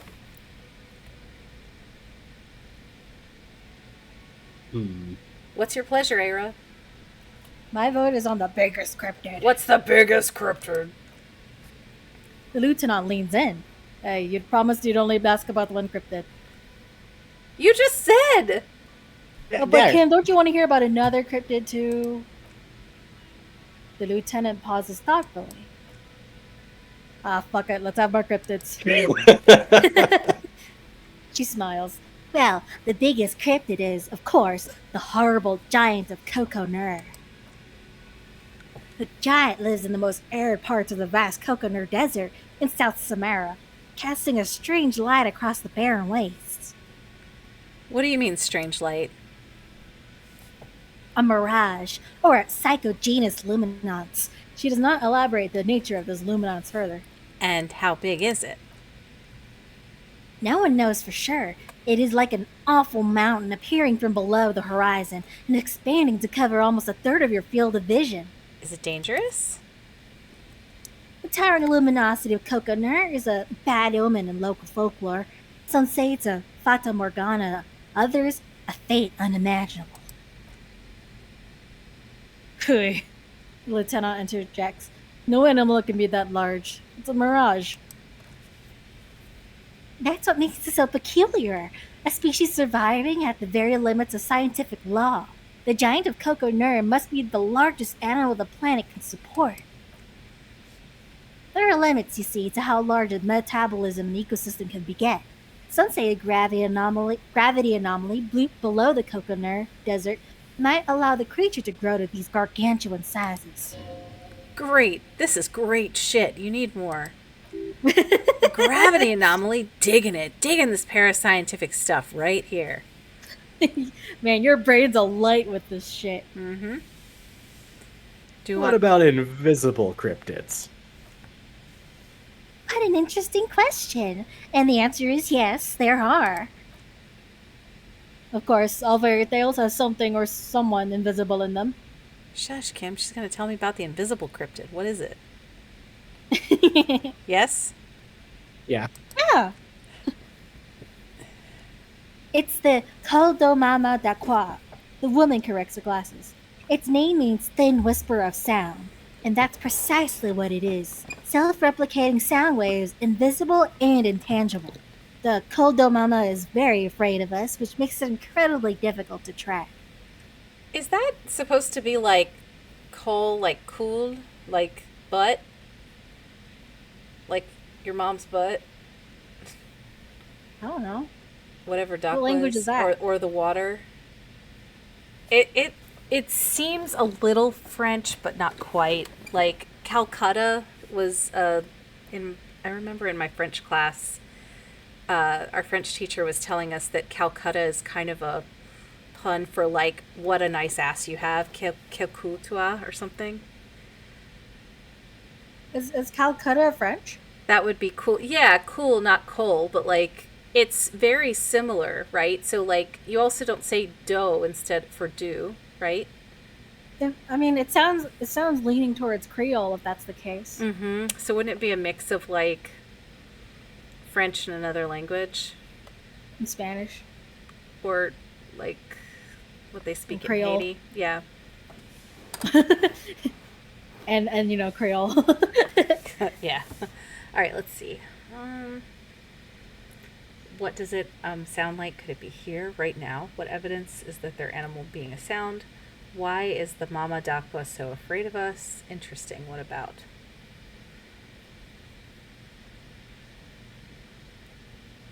These are all good questions. Okay. What does it sound like? Like nothing. It's such a high-pitched sound that us humans can't hear it, nor can other animals. It could be ringing right it's outside your window and you wouldn't even know it. It could be anywhere, everywhere even. Fine, I'll buy it. Lieutenant looks at her skeptically. How can an animal be a sound? Many scientists have asked the same question. Some claim that it isn't itself a sound, but a tiny corpuscle that emits sound waves. But there's no evidence to support this theory.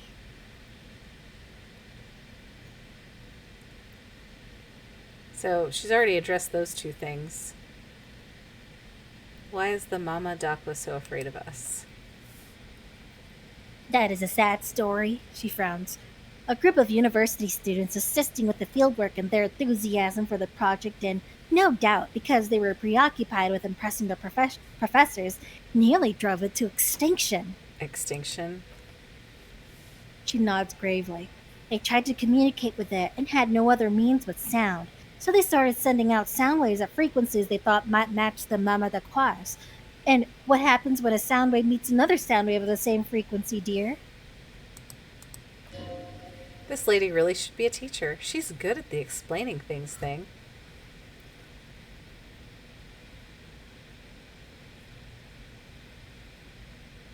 They amplify each other, right? Or they cancel each other out? Not the amplify. No, dear, they cancel each other out. And these tests were performed so recklessly that when they happened upon the right frequency, well, they wiped out most of the population. Great regret washes over her. A wending cloth. After that, the corpuscle appears to have migrated elsewhere. There have been recordings of anomalies similar to those spotted in Ia, but they've been few and far between. It's impossible to confirm the presence of any stable Koldoma Makdakwa population anywhere. Oh, interesting. Pericarnassian?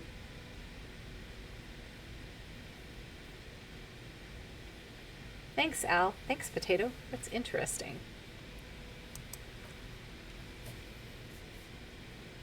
Of course, a common thread in these disappearance and unfalsibility, unfalsifiability. He concedes. I like the story though, man. I'm glad you did, dear. She seems genuinely glad. Do you want to ask these 2 questions or move on? Now we can move on. Okay. The tiniest cricket. Cryobacter catlensis, she answers immediately. Cryobacter catlensis? Yes, a unicellular bacterium that was discovered in one of the northernmost points of Katla on the Boreal Plateau by renowned geologist Caitlin Mijano some 70 years ago. What's so special about it? The bacterial colony Mijano found had remained alive while frozen in ice for longer than anyone could reliably estimate, certainly from before recorded history.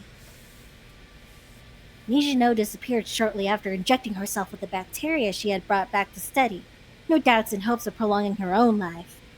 Wait, she injected herself with it? Yes, the bacteria has survived in the ice since times immemorial. It's not hard to see where she could have gotten the idea. It's actually a little hard to see. He looks at her skeptically. But do go on. So you mean there's an immortal geologist wandering the world? Yes, and she's quite mad, too. After she treated herself with the bacteria, she stopped aging, but also became increasingly eccentric and irascible, so that even her oldest friends were all forced to pull away. We can assume that she has been living somewhere in the wilderness for decades now, all alone except for the Cryobacter catlensis coursing through her bloodstream. All right, cool. Thanks. Thank you. That's all for now. So she's Sephiroth. Hey, Autumn. Oh my god. All right. Now where to? Let's see if we can talk to Joyce. Where's Joyce again? Oh, yeah. Okay. By her boat. She's on a boat. Oh, I got a thought. Could it be the colds of Mama Dakwa? No, it's probably just your imagination ringing in your ear. Is it? Is there a ringing? Listen more closely. There seems to be an extremely high-pitched ring, ultrasonic. Lena said it's a very high-pitched, right? It's like something tickles your ear. Lena also said it couldn't be heard by other animal, including humans. What you're hearing must be a regular bird. Wait, Kim, do you hear a high-pitched noise? Or listen closely first. I'm asking. No, I don't hear the call to Mama Dakwa, and neither do you. Of course he doesn't. He's deaf. Listen closely first. There it is again. You're about to rediscover a long-lost species. Must be very close. Maybe, just maybe, it will come toward you. Keep still. It may perch on your shoulder. Hold still and hope the bird comes to perch on your shoulder. Which one? Move your head or hold still? Hold very still. Okay. Oh no, the sound. It's moving away. Somewhere over there. Go after it. Nope, too late. It's gone. There's no ringing anymore. Just the sound of the streets. Come back, please. Go then. Leave. Leave like everyone else. I'll listen more. Keep your ears peeled then. If the species really has migrated to Martinez, you're sure to hear it again.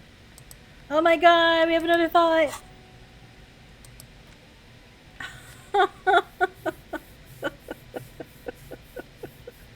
I like that it doesn't like take something away from you while you're researching it. You just keep listening. Oh my god, this is so silly. This is so silly. I love it.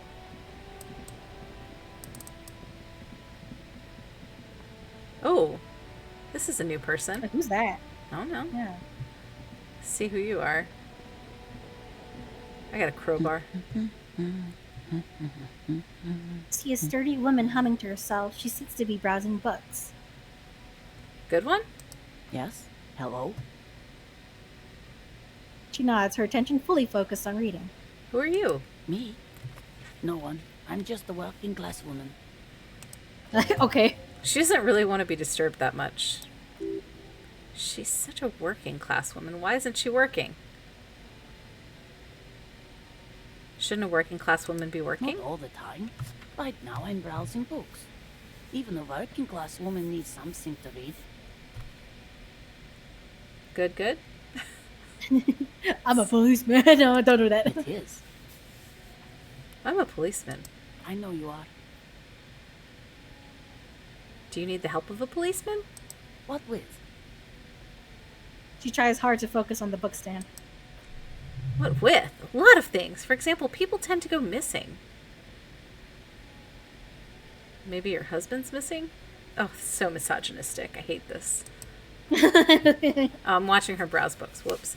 Her hands move over the book covers. The tips of her fingers look rough, stained with yellow. It seems like she spent a lot of time at work, smoking. Maybe your husband's missing? My husband? No, he's not. Say, so where could he be? I don't know. At home now? Out drinking with his friends? Working? Where's this going, officer? So what I'm hearing is you don't really know where your husband is. Yes, but she looks around and takes a deep breath, a little annoyed. I don't really need to know where my husband is. Not all the time. Wouldn't you like to? No. She looks you straight in the eye. Her right foot is tapping nervously.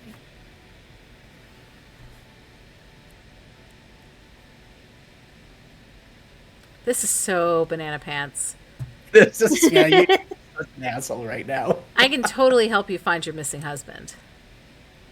Why are we still talking about this? I haven't lost my husband. She has, though. The husband is totally lost. You should tell her it's okay. Hush, baby.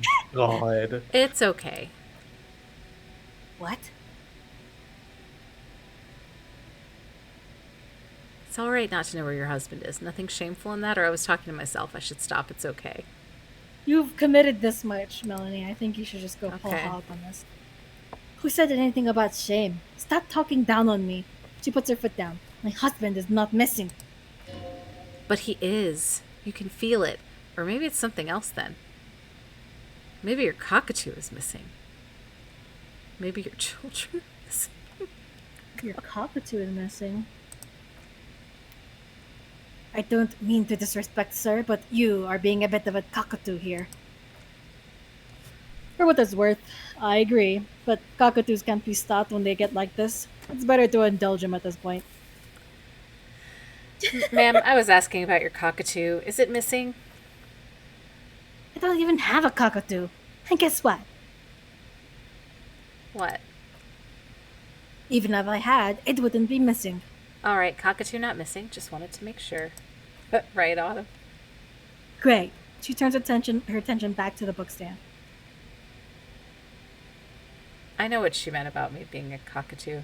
Kim's given up on controlling me. Great, got it? Or one more question. What did you mean by being a cat? Great, got it? Got it.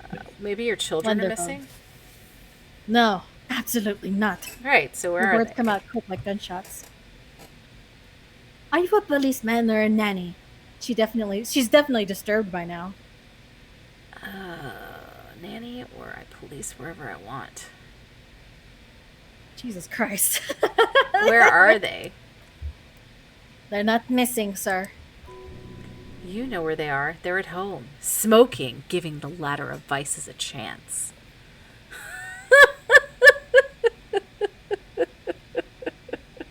Doing You're just harassing this fucking woman I for know. no reason. Just reading a book. And here I am holding a fucking crowbar in one hand and a plastic bag Trash in another. bag in the next hand. They're at home, right? Smoking cigarettes. What? That's just... My daughters are perfectly fine. They're with their friends down in Jamrock. There's nothing to worry about. They could be riding the cock carousel. No! They're almost grown up now anyway. They're past the age they need me protecting them for everything now. Maybe you're right. Maybe they aren't missing after all. Tell me something else. She adjusts her scarf, cheeks rough and ruddy from the wind. That's all. I'll let you read. The woman before you nods and returns to her reading. Okay, well, if you exhaust the cockatoo dialogue, you get a task. All right.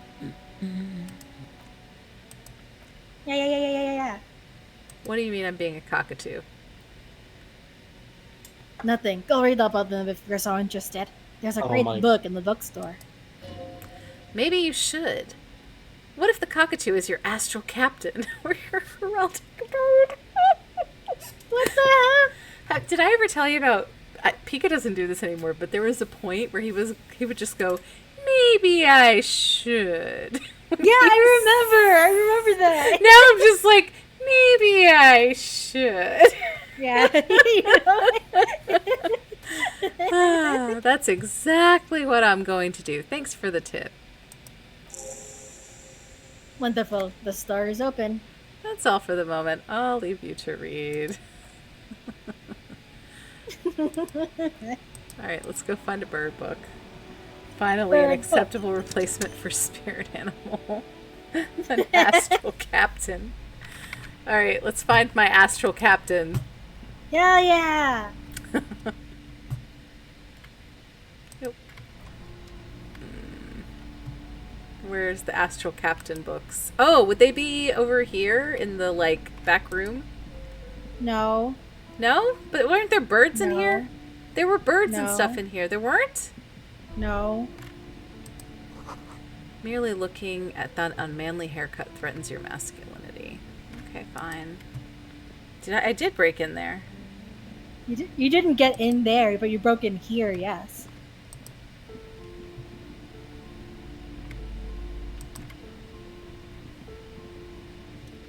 Crime novels. Nope.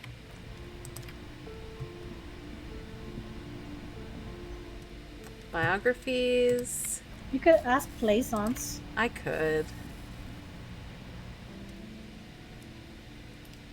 Alright, fine. Okay, let me see if I can get in there now. Let's try it. Oh boy.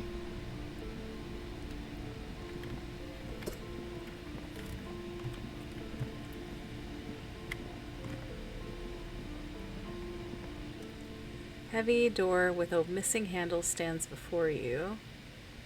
Locked. It's still locked. I need to drink. We need more. I need Yeah, more we need alcohol. more pain threshold. No, we need more pain threshold. I need to drink alcohol. You don't need to drink alcohol. That's what Duncan said. Duncan told me to drink alcohol. You hurt yourself now. I told you not to mess around back there. What are you even trying to accomplish, you fool? I need to know what secrets lie behind that door. It's part of a spiritual quest.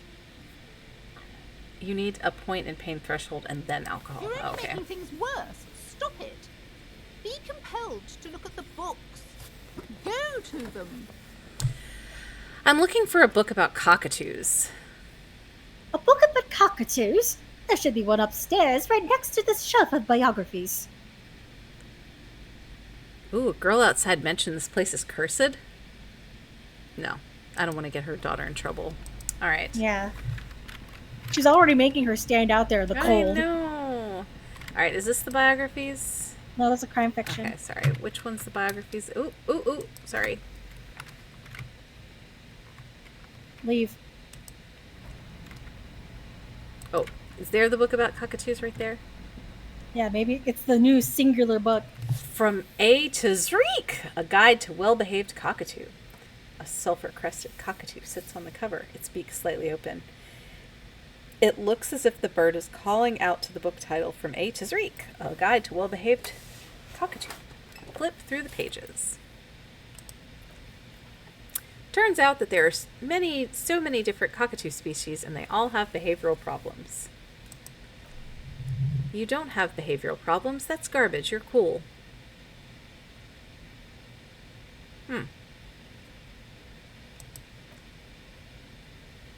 It's a must-have if you own a cockatoo. I've heard they're quite capricious. Leave. How much is the book? $4? Yeah, $3.99. Yeah. I mean, do you want to complete the task? It's I $4 to gain experience. Oh, a nature enthusiast. Good choice. I knew it was a good idea to keep that around.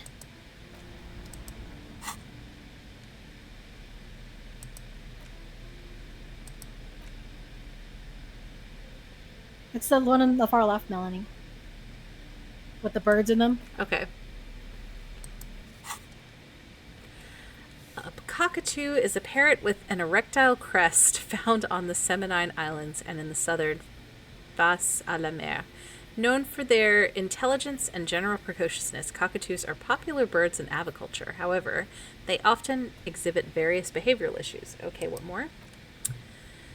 This book talks about the delicate nature of toos, as well as introducing some of the most popular species among the bird enthusiasts. The funeral cockatoo, the major majestic cockatoo, and the most common bang-bang cockatoo. It's colorfully illustrated.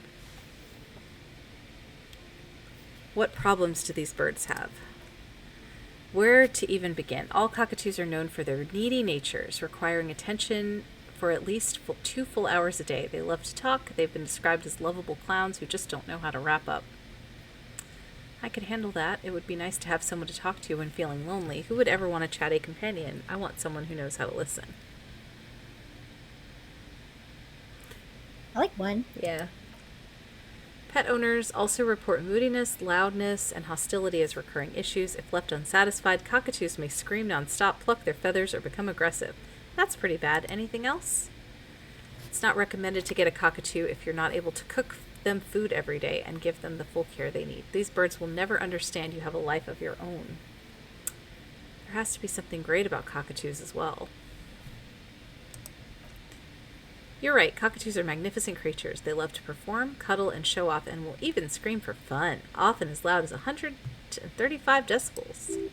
Not great for the neighbors. Can we get a bird? Yes, No. Birdie. Why not? No. I want a bird. Read up on the funeral cockatoo. Okay. This yellow-tailed black cockatoo, its scientific name, Psittacus funeris, relates to its dark and somber plumage. This bird looks as if dressed for a funeral 24/7. There's something indisputably ominous about it. This is my, what is it, avian captain? What was it that we were calling it? Astral Captain. Astral Captain. Cool. Major majestic cockatoo. Perhaps the most impressive of all the species. The endangered goth cockatoo. Exactly. Major majestic cockatoo is often described as the most flamboyant bird in the jungle, its pink-colored wings and flowing crest embellishing its proud and bumptious nature. Okay, we found Era. Oh, what? What? It's pink. I was looking up the. I'm It's looking pink. up the birds. Hang on. In the words of Major. I'm wondering if these are real species. poet explorer Sir James Fournier, Whoa! birds- The major majestic one is so beautiful. more enliven the monotonous hues of the verdant forest than this big, bold, beautiful species.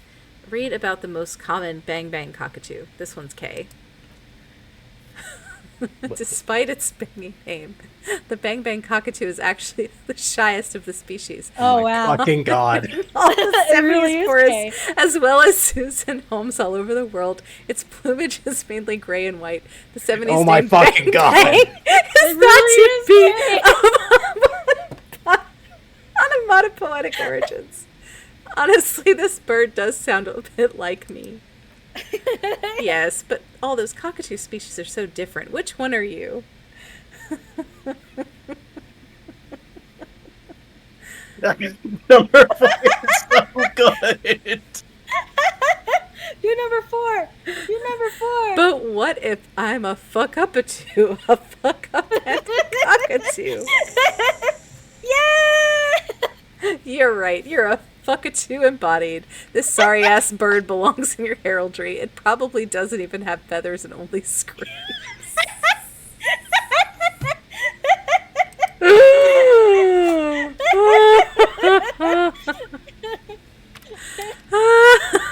Okay, that was worth it. That was fun. I love that all three of us found our own birds, and then we found an extra one just for Harry. Now I need a tattoo. A fuckupatoo. All right. Fuckupatoo. All right. So now we're going to go see that lady, right? Yeah, Joyce. Okay, Joyce. I'm glad you Holy remember her shit, name. Yeah, I can't believe we spent like 3 hours. Yeah. The fuckatoo is just so entertaining. All right, I'm trying to go fast. Come on. You know, Melanie, you don't have to wait for him to get to that point. You could just keep clicking. No, I've been doing that, and then it just like it doesn't move. I have to like I don't know. It's annoying. You're back. Good. What can I help you with? I've talked to Evart Claire. You have? She smiles carefully. And how did you like Mr. Clare?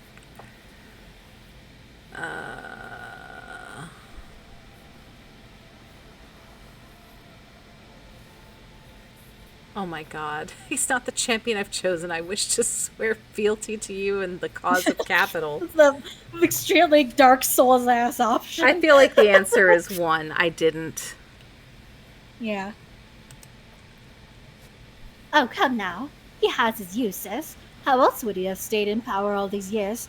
Oh, wait. Actually, She answered her own question. corruption. That's how he's done it. Fantastic worm-like corruption reaching into the bowels of the earth. She looks at the ground and nods. The position of my unusual colleague does not reflect official policy. I hope you understand that RCM does not pick sides. Of course, and I don't expect you to share anything he told you with me. I am not a corrupt worm myself. She turns to you.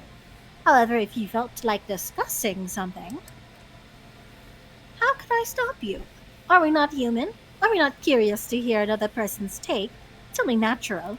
We would only be, she smiles, gossiping. Intellectually speaking, it would be quite interesting to hear what she has to say about these things. Yes, your disgusting tie agrees completely. Let's gossip. I'd rather talk about something else now, if you don't mind. Of course, detective. She simmers down. Should something come up later down the road, don't be afraid to drop by for a chat. Until then, is there anything I can help you with? Anything else, or Do we need to ask anything else about reality? I think we're good on reality. Unless you want to see what there is. Let's just see what the options are.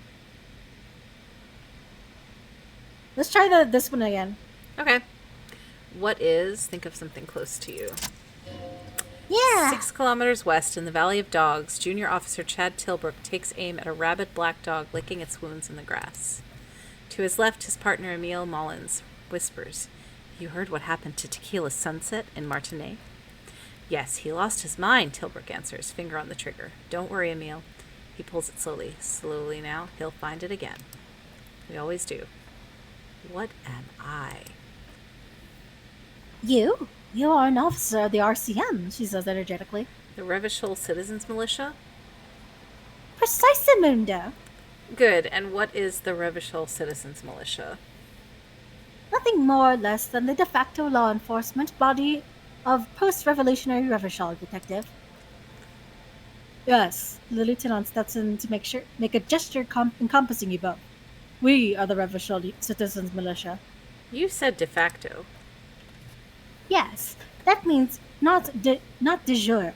The RCM acts in what is poetically called the twilight of international law, both at the behest of the coalition government and to its chagrin. What do you mean? The RCM's responsibilities are defined by the Emergency, Wayfarer, and Element Acts, 3 pieces of legislation keeping the city in a, let's be honest, laissez-faire stasis to the benefit of its foreign capital. All 3 are good to know. The lieutenant looks up from his notes. When we're out policing.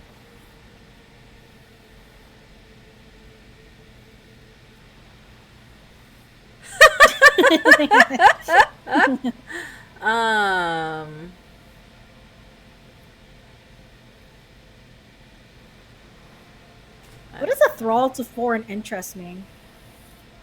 You're serving them. You're just doing their bidding. Yeah. So you're a capitalist, you do what other people tell you, you're one of the good guys, or I'm gonna put my hands in my ears and not think about it. Well, I mean, this is all coming from Joyce, right? To hear her opinion on it. This is coming from me to ask Joyce. Yeah, but I mean, we're asking her. Yeah. Her opinion on it. So whatever we're gonna get out of any of these questions, if you want to hear what she's got to say about it. Okay. So capital or foreign interests? Wouldn't she be a foreign interest? Well, she's a negotiator for Wild Pines, right? Yeah, but she's not Martinet. Martinez? No, but I don't know if that would count as foreign.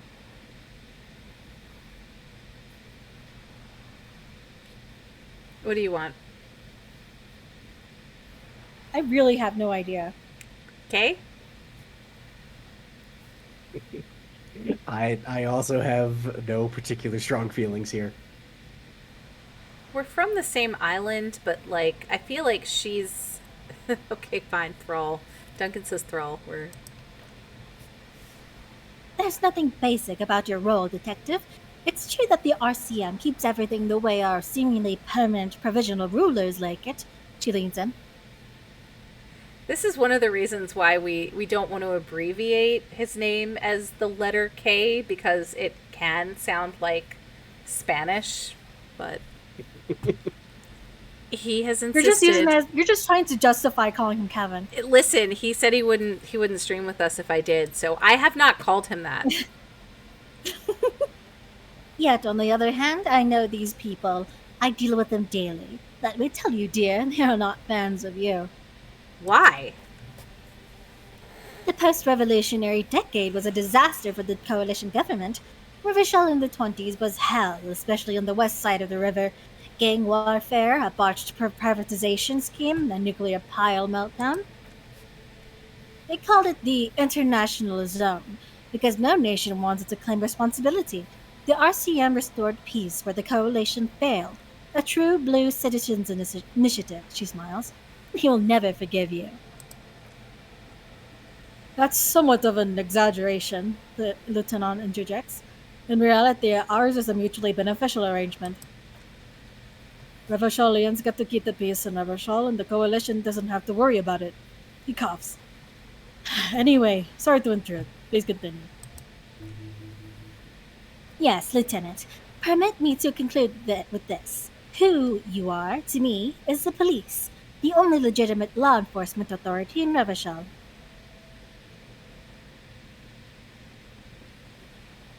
Power play say nothing? Or thank you, ma'am, or back to those basic terms of reality? I say nothing. Okay. And if those authorities drink so hard they need help recalling the basic terms of reality, well, I am here to help. She bows and smiles. Okay. And then, what was the RCM again? Nothing more or less than the de facto law enforcement body of post-revolutionary Revachol, Detective. Okay, yeah, this is going into a loop. Okay. That's it for the who I am part. Permit me to conclude. Okay, yeah. Okay, all done. Thank you, that's all for now? Yeah. Yeah. Okay. All right. Do you want to do anything else before we conclude for the evening? It's kind of late.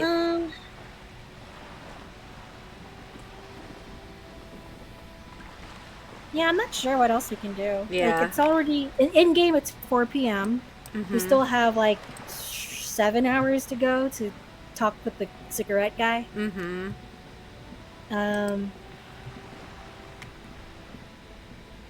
We still need to find out how to find this fucking this lady lorry driver. Mm-hmm. Look at this wall. Look at the wall. Look at the wall. Okay.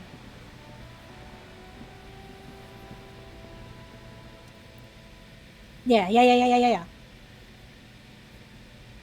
Do it. Why am I looking at this wall?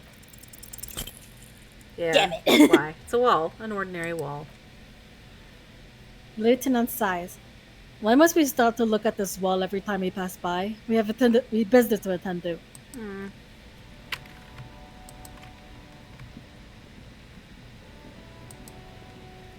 I just need help conceptualizing, okay? Gosh.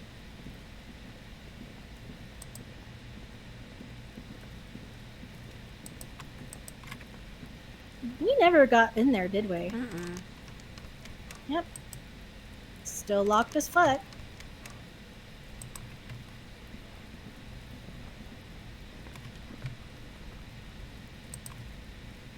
Can't get to that. Because you're on Yeah. the wrong side now. Yeah, I know, but... Alright. Well... We can harass Kuno S. Sure. Trying to sneak up on me again? Trying to snuff me out? Get away, pig! It won't let us Well, kill that's her. the end of it. Oh, well. It won't let us kill her. What, Melanie? I wouldn't kill her. She's a kid. Come on. I don't know. You were pretty close to pointing the gun at her when you had it. I don't have You're a gun. very close to it. Even CJ was screaming it, egging you on. Yeah, CJ was like, kill him. Melanie, click and drag the mouse.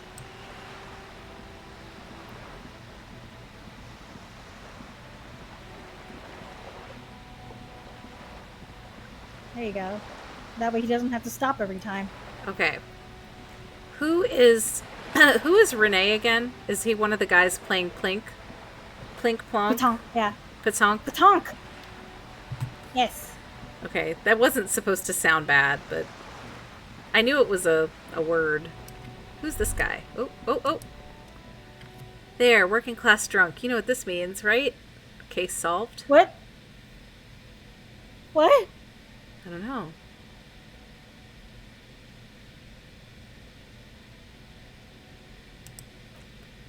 Cracked it. All in a good day's work. Open and shut. Don't even need to think about this anymore. Goodbye.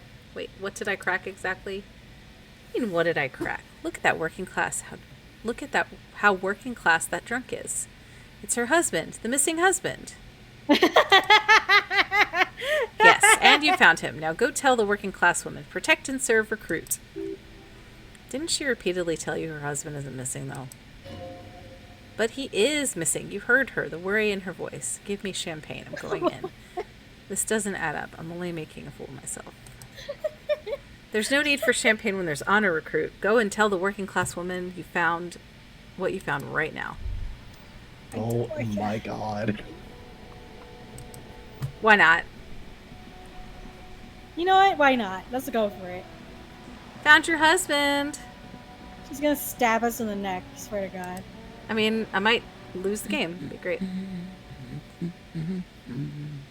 You were right that I'm a cockatoo. Excuse me? I went and read up on them, just like you said, and I even decided what kind of a cockatoo I am. Want to know? I don't know. The most talkative one? She's ready to put that question aside. Forget it. It's too personal.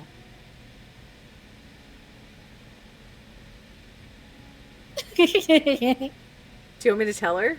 Or say forget it's Yes. too personal? I'm the fuckupatoo. The what now? The fuckupatoo. It's the one who always fucks everything up. No, you're not. Don't think that way, she says, slowly shaking her head. The wind brings a strand of hair to her face. You're just a regular talkative cockatoo, and let's leave it at that, okay? She doesn't want you to be the fuckupatoo. Aww. Protect and serve, madam. I found your husband. God damn it. I already told you my husband isn't missing. She crosses her arms. Well, I found him nonetheless. I'm that good. Or, but you said you didn't know where he was. I found him nonetheless. You're just that good. You're just that good. Very well then. Where is he? She's getting impatient, her hands now picking on a random book cover. There. Excuse me. She blinks. I don't follow. There's something else hiding in her voice, though, a trace of worry. I found a working-class drunk, and I thought he might be yours. Right, because working class women come with alcoholic husbands. She glances over your shoulder towards the drunk. You know what? Something bad, I guess. I'm sorry. I say stupid things sometimes. I didn't mean to annoy. No way. What? I'm not saying what. I'm saying what, and I'm not saying 3. Okay. Alright. What? You're right. I do have an alcoholic husband, although not that one. Ha! Blam! Knew it. But you told me your husband's alright. I did, and he is. She takes a step back. He's also an alcoholic. So is he missing as well? No, he's not. Or maybe he is. I don't know. Probably in that park or in Jamrock somewhere, drinking with his friends. She looks away. I haven't seen him for... to hell with him. She has completely forgotten about her books, staring blank into the distance. Oh, no. There, she's worried now.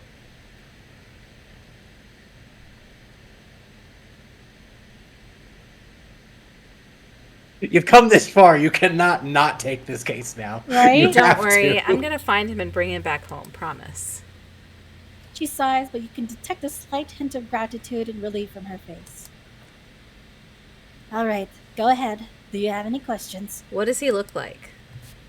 Well, how did you figure this out? What the fuck? How the fuck did we get here? I don't know. know. How the fuck did we fucking get here? Did we just magic our case out of thin air? I don't What understand. The fuck? Real quick, I absolutely would have loved it if you know, instead, like, which is like, do you have any questions? If you just gone, nah, I think I'm good, and then you just leave and you just go find him. Oh my god. Honestly, not that different from you. She eyes you from head to toe. So let me guess, he's disco.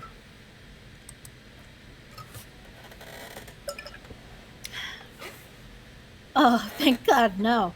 She literally begins to laugh. It doesn't come down to this yet. Why did you say your husband resembles me then? Well, he's slightly chubby. I see. What else? What else? He was wearing a dark brown leather jacket with bright blue inner lining. The lining is hand sewn. I made it myself. She sighs, her voice slightly quivering when she adds, "It's his cool jacket. God knows it's too cold to run around in this, but he refuses to change." Who cares about the cold when you have your cool jacket to wear? You can completely sympathize. I even tried throwing it away once, but he just dug it out of the bin. Can you believe it? She looks back at you, shaking her head. Well, if that jacket's really that cool, then I can totally understand. Well, what can you do? I hope that at least that extra lining helps him keep warm at night. I wouldn't like him to catch a cold. She's thinking about him out in the cold, in some park or on the coast, and it's making her more worried. When did you last see him? Yesterday morning, he went to the library. Her eyes become cold with recollection. He went to retrieve a book and he promised he'd walk straight home. Because we talked about this. We talked about not wandering off again. She scoffs. I don't know what to do. I honestly don't know what to do with his addiction. It just makes me feel weak. Gone for around 36 hours then. Damn, this is a missing persons case. She turns away from you in an attempt to recover.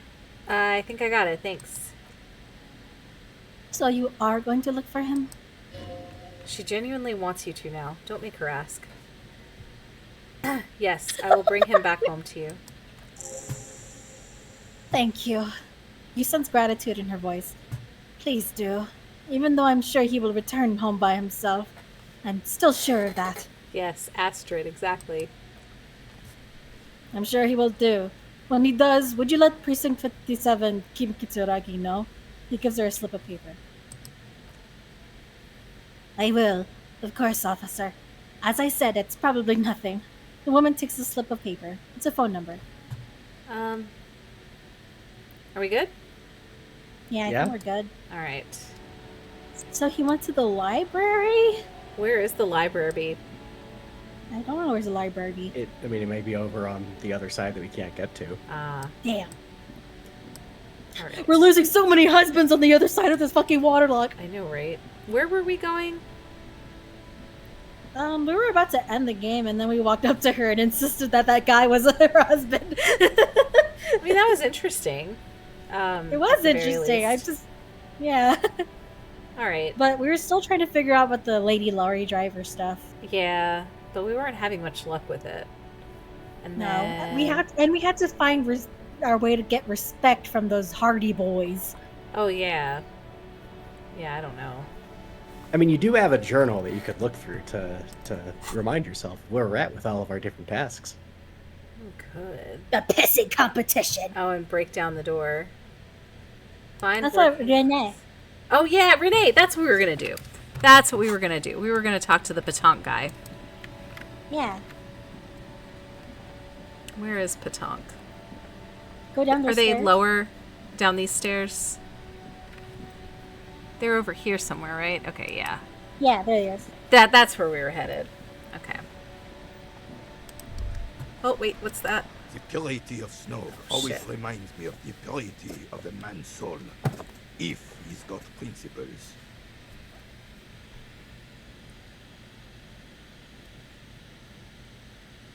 Renee, I found your guard booth. Yes, the Debardeurs Union pays me to stand vigil during the nights. He looks down. Not out of any political allegiance, mind you.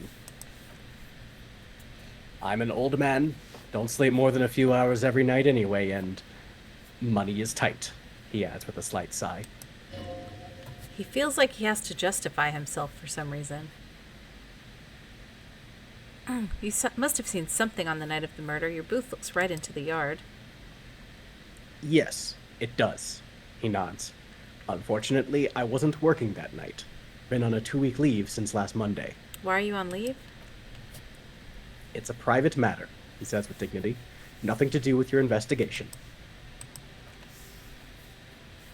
You see, officer, Renee is the kind of man who'd rather die than admit he needs medical assistance or, God forbid, seek it. A real man's man. He just gonna ride it out. I'm fine, goddammit. Mind your own business. The outburst makes him clutch his chest. It's nothing. Just got to cut back on coffee. So who is working your shift that night? No one. The booth has been unmanned since last Monday. He looks suddenly very old and tired. There's no other guard. It's just me. No one has been guarding the container yard since last Monday?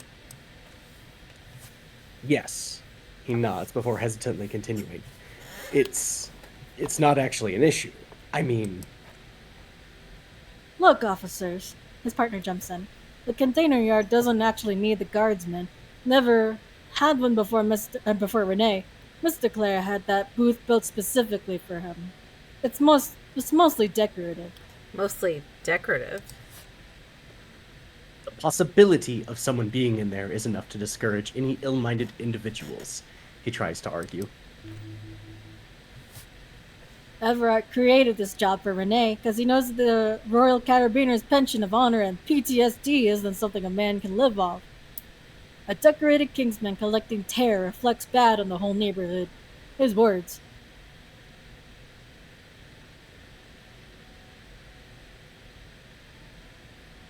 Oh my god. 3?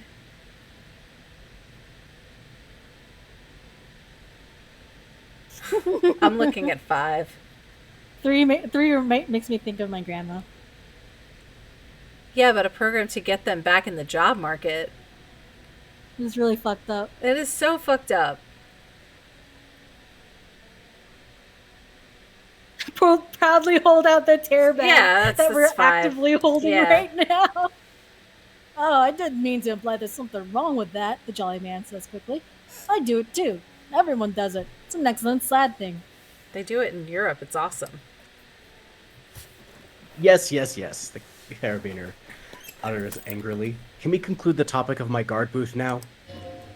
He is not But what going about to that picture? become an art entrepreneur. I saw a picture in there. You were in it. You looked happy. Who's the girl? His features stiffen and he gets a cold look. She is nobody. This is none of your concern, and I refuse to discuss my private affairs with the RCM. Oh. The lady is Jean-Marie Beaulieu. Gaston speaks with a soft voice.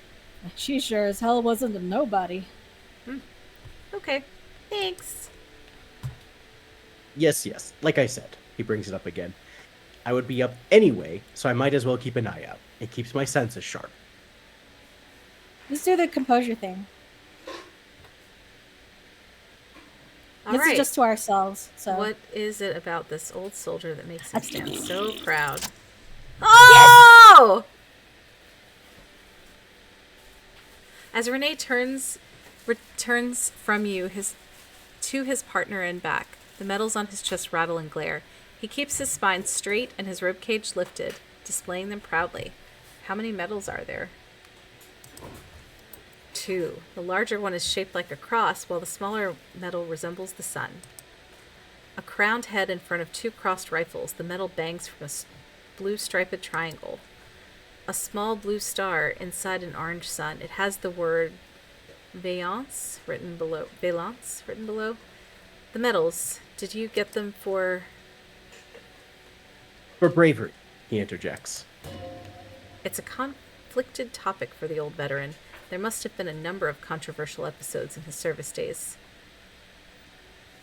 That's what I was going to say. Bravery. Jesus Christ! Oh! Yeah, I'm not gonna...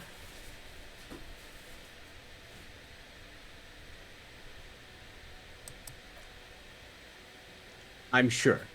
But I know this uniform's reputation. You're also wondering if I got these for raping women or killing babies.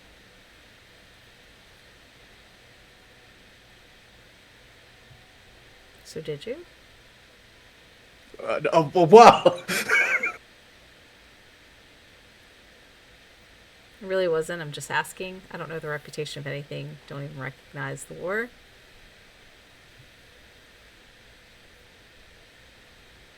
Just asking. I feel like 3 is most accurate. Yeah, I mean, that's being honest. All right. I don't know the reputation of anything. Don't even recognize the war. Son, we should never forget our past. Lots of mistakes were made back then, but they were also lessons. His voice takes on a tutor-like quality. Forgetting those times means the mistakes were for nothing, that all those people died for nothing. Whoa, sounds like you're about to open the gates of conversation. This man will literally talk your ear off if you let him wander to memory lane. So what did you get the medals for? For doing my duty in the heat of battle, for looking my morality in the eye, when men like Gaston here hid in the bushes and shat themselves. Mortality. He saved some Maudet, the princeling, who foolishly strolled into the front line in his gown of velvet and gold. Saved a princeling. It was on the first months of the revolution here in Revachol. Unrest was spreading like wildfire. Marauders had taken most of the corn and were getting really ambitious. King Fristle thought he could end it all in one decisive strike. The old carabiner runs his fingers over the larger medal. Sent his cousin, Dreisent, to put an end to the unrest. Alas, the young Dreisent was all piss and no vinegar, wearing a tunic of purple velvet and cockatoo feathers to battle. He spits. Even his rifle was gold-plated, shown from 5 clicks away. Can you imagine the asininity? I like the callbacks to the cockatoo and the callbacks to the Right. to the Yeah. frizzle from earlier for Cell. He really despises that Dreisent fellow. Purple velvet tunic, the lieutenant says thoughtfully. That isn't exactly camo. To keep the long and bloody story short, Dreisent marched us against the partisans in Coron. And when I say marched, I mean made us walk into captured enemy territory, single file, like toy soldiers, while he rode in front on his giant red stallion. The rebels were smart. They let us come real close before opening fire. Suffice to say, it was carnage. Must have been a blood path, not bath. Yeah. Well, I mean, they were in a straight line. Yeah. I got shot in the left shoulder and went down. Just a flesh wound, But just as I turned over, the prince fell into the bun next to me. He was missing his lower jaw. Then his horse, driven mad by the noise and smell of gunpowder, stepped on my leg and shattered my knee. He pats his right thigh. And then what did you do? I grabbed my sidearm and shot the beast in the head. Then everything went black. Capitaine Arnaud, le flot de chevaux. When I came to, it was all over, he continues, ignoring his companion. It was just me and Jolles Stressant gurgling in the blood-soaked mud right next to me. The dink had taken numerous flesh wounds and lost a lot of blood. Despite missing his jaw, he seemed hesitant to die. Tougher than he looked, that one.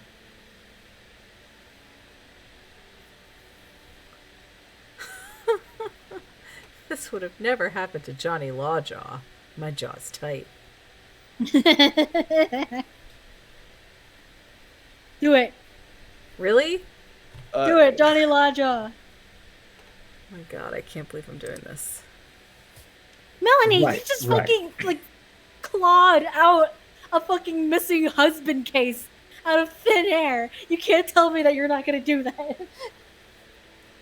Right. He doesn't get sidetracked.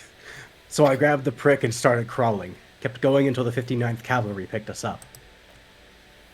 Through some miracle, we both survived, and the jawless freak convinced Fristle to give me a medal for not leaving him to die in his own blood, piss, and shit. He was the commanding officer, and I was on duty. Just doing my job. Shouldn't hand out medals for that. He shakes his head. 13 months later, I received the Sun for distinguished service. It's not worth mentioning. Since he's downplaying it, he did a lot more than his duty. More than anyone's duty. It's in his spine, in his billowing breast. An untarnished self-worth. Sounds like you're being modest, Renee. Yeah. The old carabiner stands quietly like a statue, his features motionless. What Monsieur Modesty is not telling you is that he crawled over 7 kilometers before the cavalrymen found him in Dressant. 2 days later, that was. And even whilst crawling with a mangled, half-dead prince on his back, he still managed to murder 3 rebels on his way. Is that pride in his voice? It's deep down, but maybe even unbeknownst to the man himself, it's there.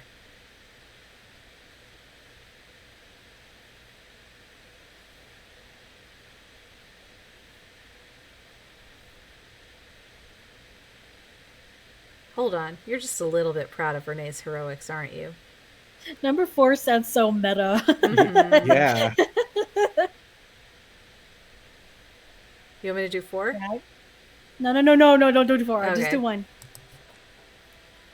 Sorry, officer, but you're reading me all wrong. He chuckles. I'm a man of peace, and these kinds of bloody heroics are only impressive to men like Renee himself. Certainly not to me. How did you find the story to be, officer?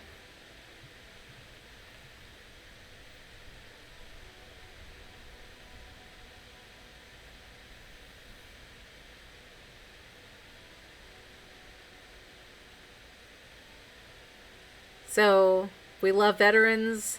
Veterans ain't shit. I ain't saying nothing. I guess 1. I want to be I feel nice like to I have you, an okay? opinion, but it's somewhere that's more nuanced and in between I some agree. of these. I agree. What do you think, Kay? Honestly, I mean, yeah, for this one, I go for 1, yeah. I'd go Okay. for 1, yeah. Maybe, but also bear in mind, officer, he points to the sun-shaped medal on Renee's chest. They don't hand these out for anyone with the service record. Oh no, you have to get shot. He nods eagerly, repeatedly, and you need to get your hands bloody too. Really, really bloody. Do not speak of what you know nothing about, poltroon. He slams the heel of his boot in the ground. Duty is something you will never understand. Why do you despise Drysant so much? Because he was a goddamn dandy, he exclaims Oh. furiously. Had no business leading men or even being on the battlefield. All he was related. That's it. Royal blood alone doesn't make army commanders. He was a stupid kid, only interested in horses, hairstyles, and man-loving. He spits. And 782 Royal Carabiners are dead because of his incompetence. Okay. Thanks for the story. Thanks for the story. Okay, bye. Ah!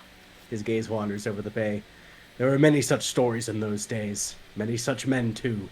True Evishalians. Men with backbone. Ah, yes, Renee, yes. The jolly man nods meekly. Men were bigger, girls were prettier, and everyone was a fascia. Lord, please bring those days back if you can. I'm not getting into this with you again, he mumbles through clenched teeth and turns to you. Officer, was there anything else? You should try to come up with a heroic story of your own. Impress the old man. Impress this old soldier.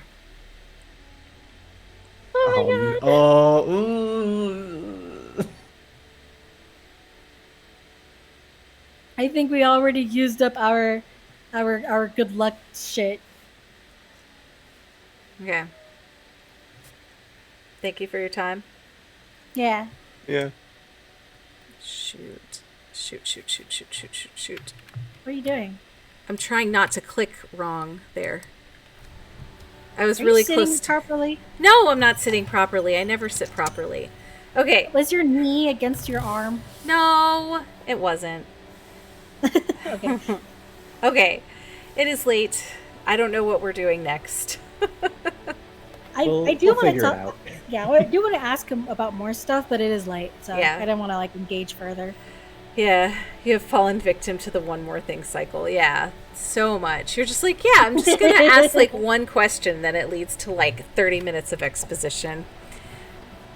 Well, Kate, thank you for joining us tonight. Thank you, chat, for joining us as well. Thank you, guys. Thank you. Yeah, thanks so much for tuning in, and we'll see you next week. Good night. Yeah. Oyashimi. Good night. Oyashimi.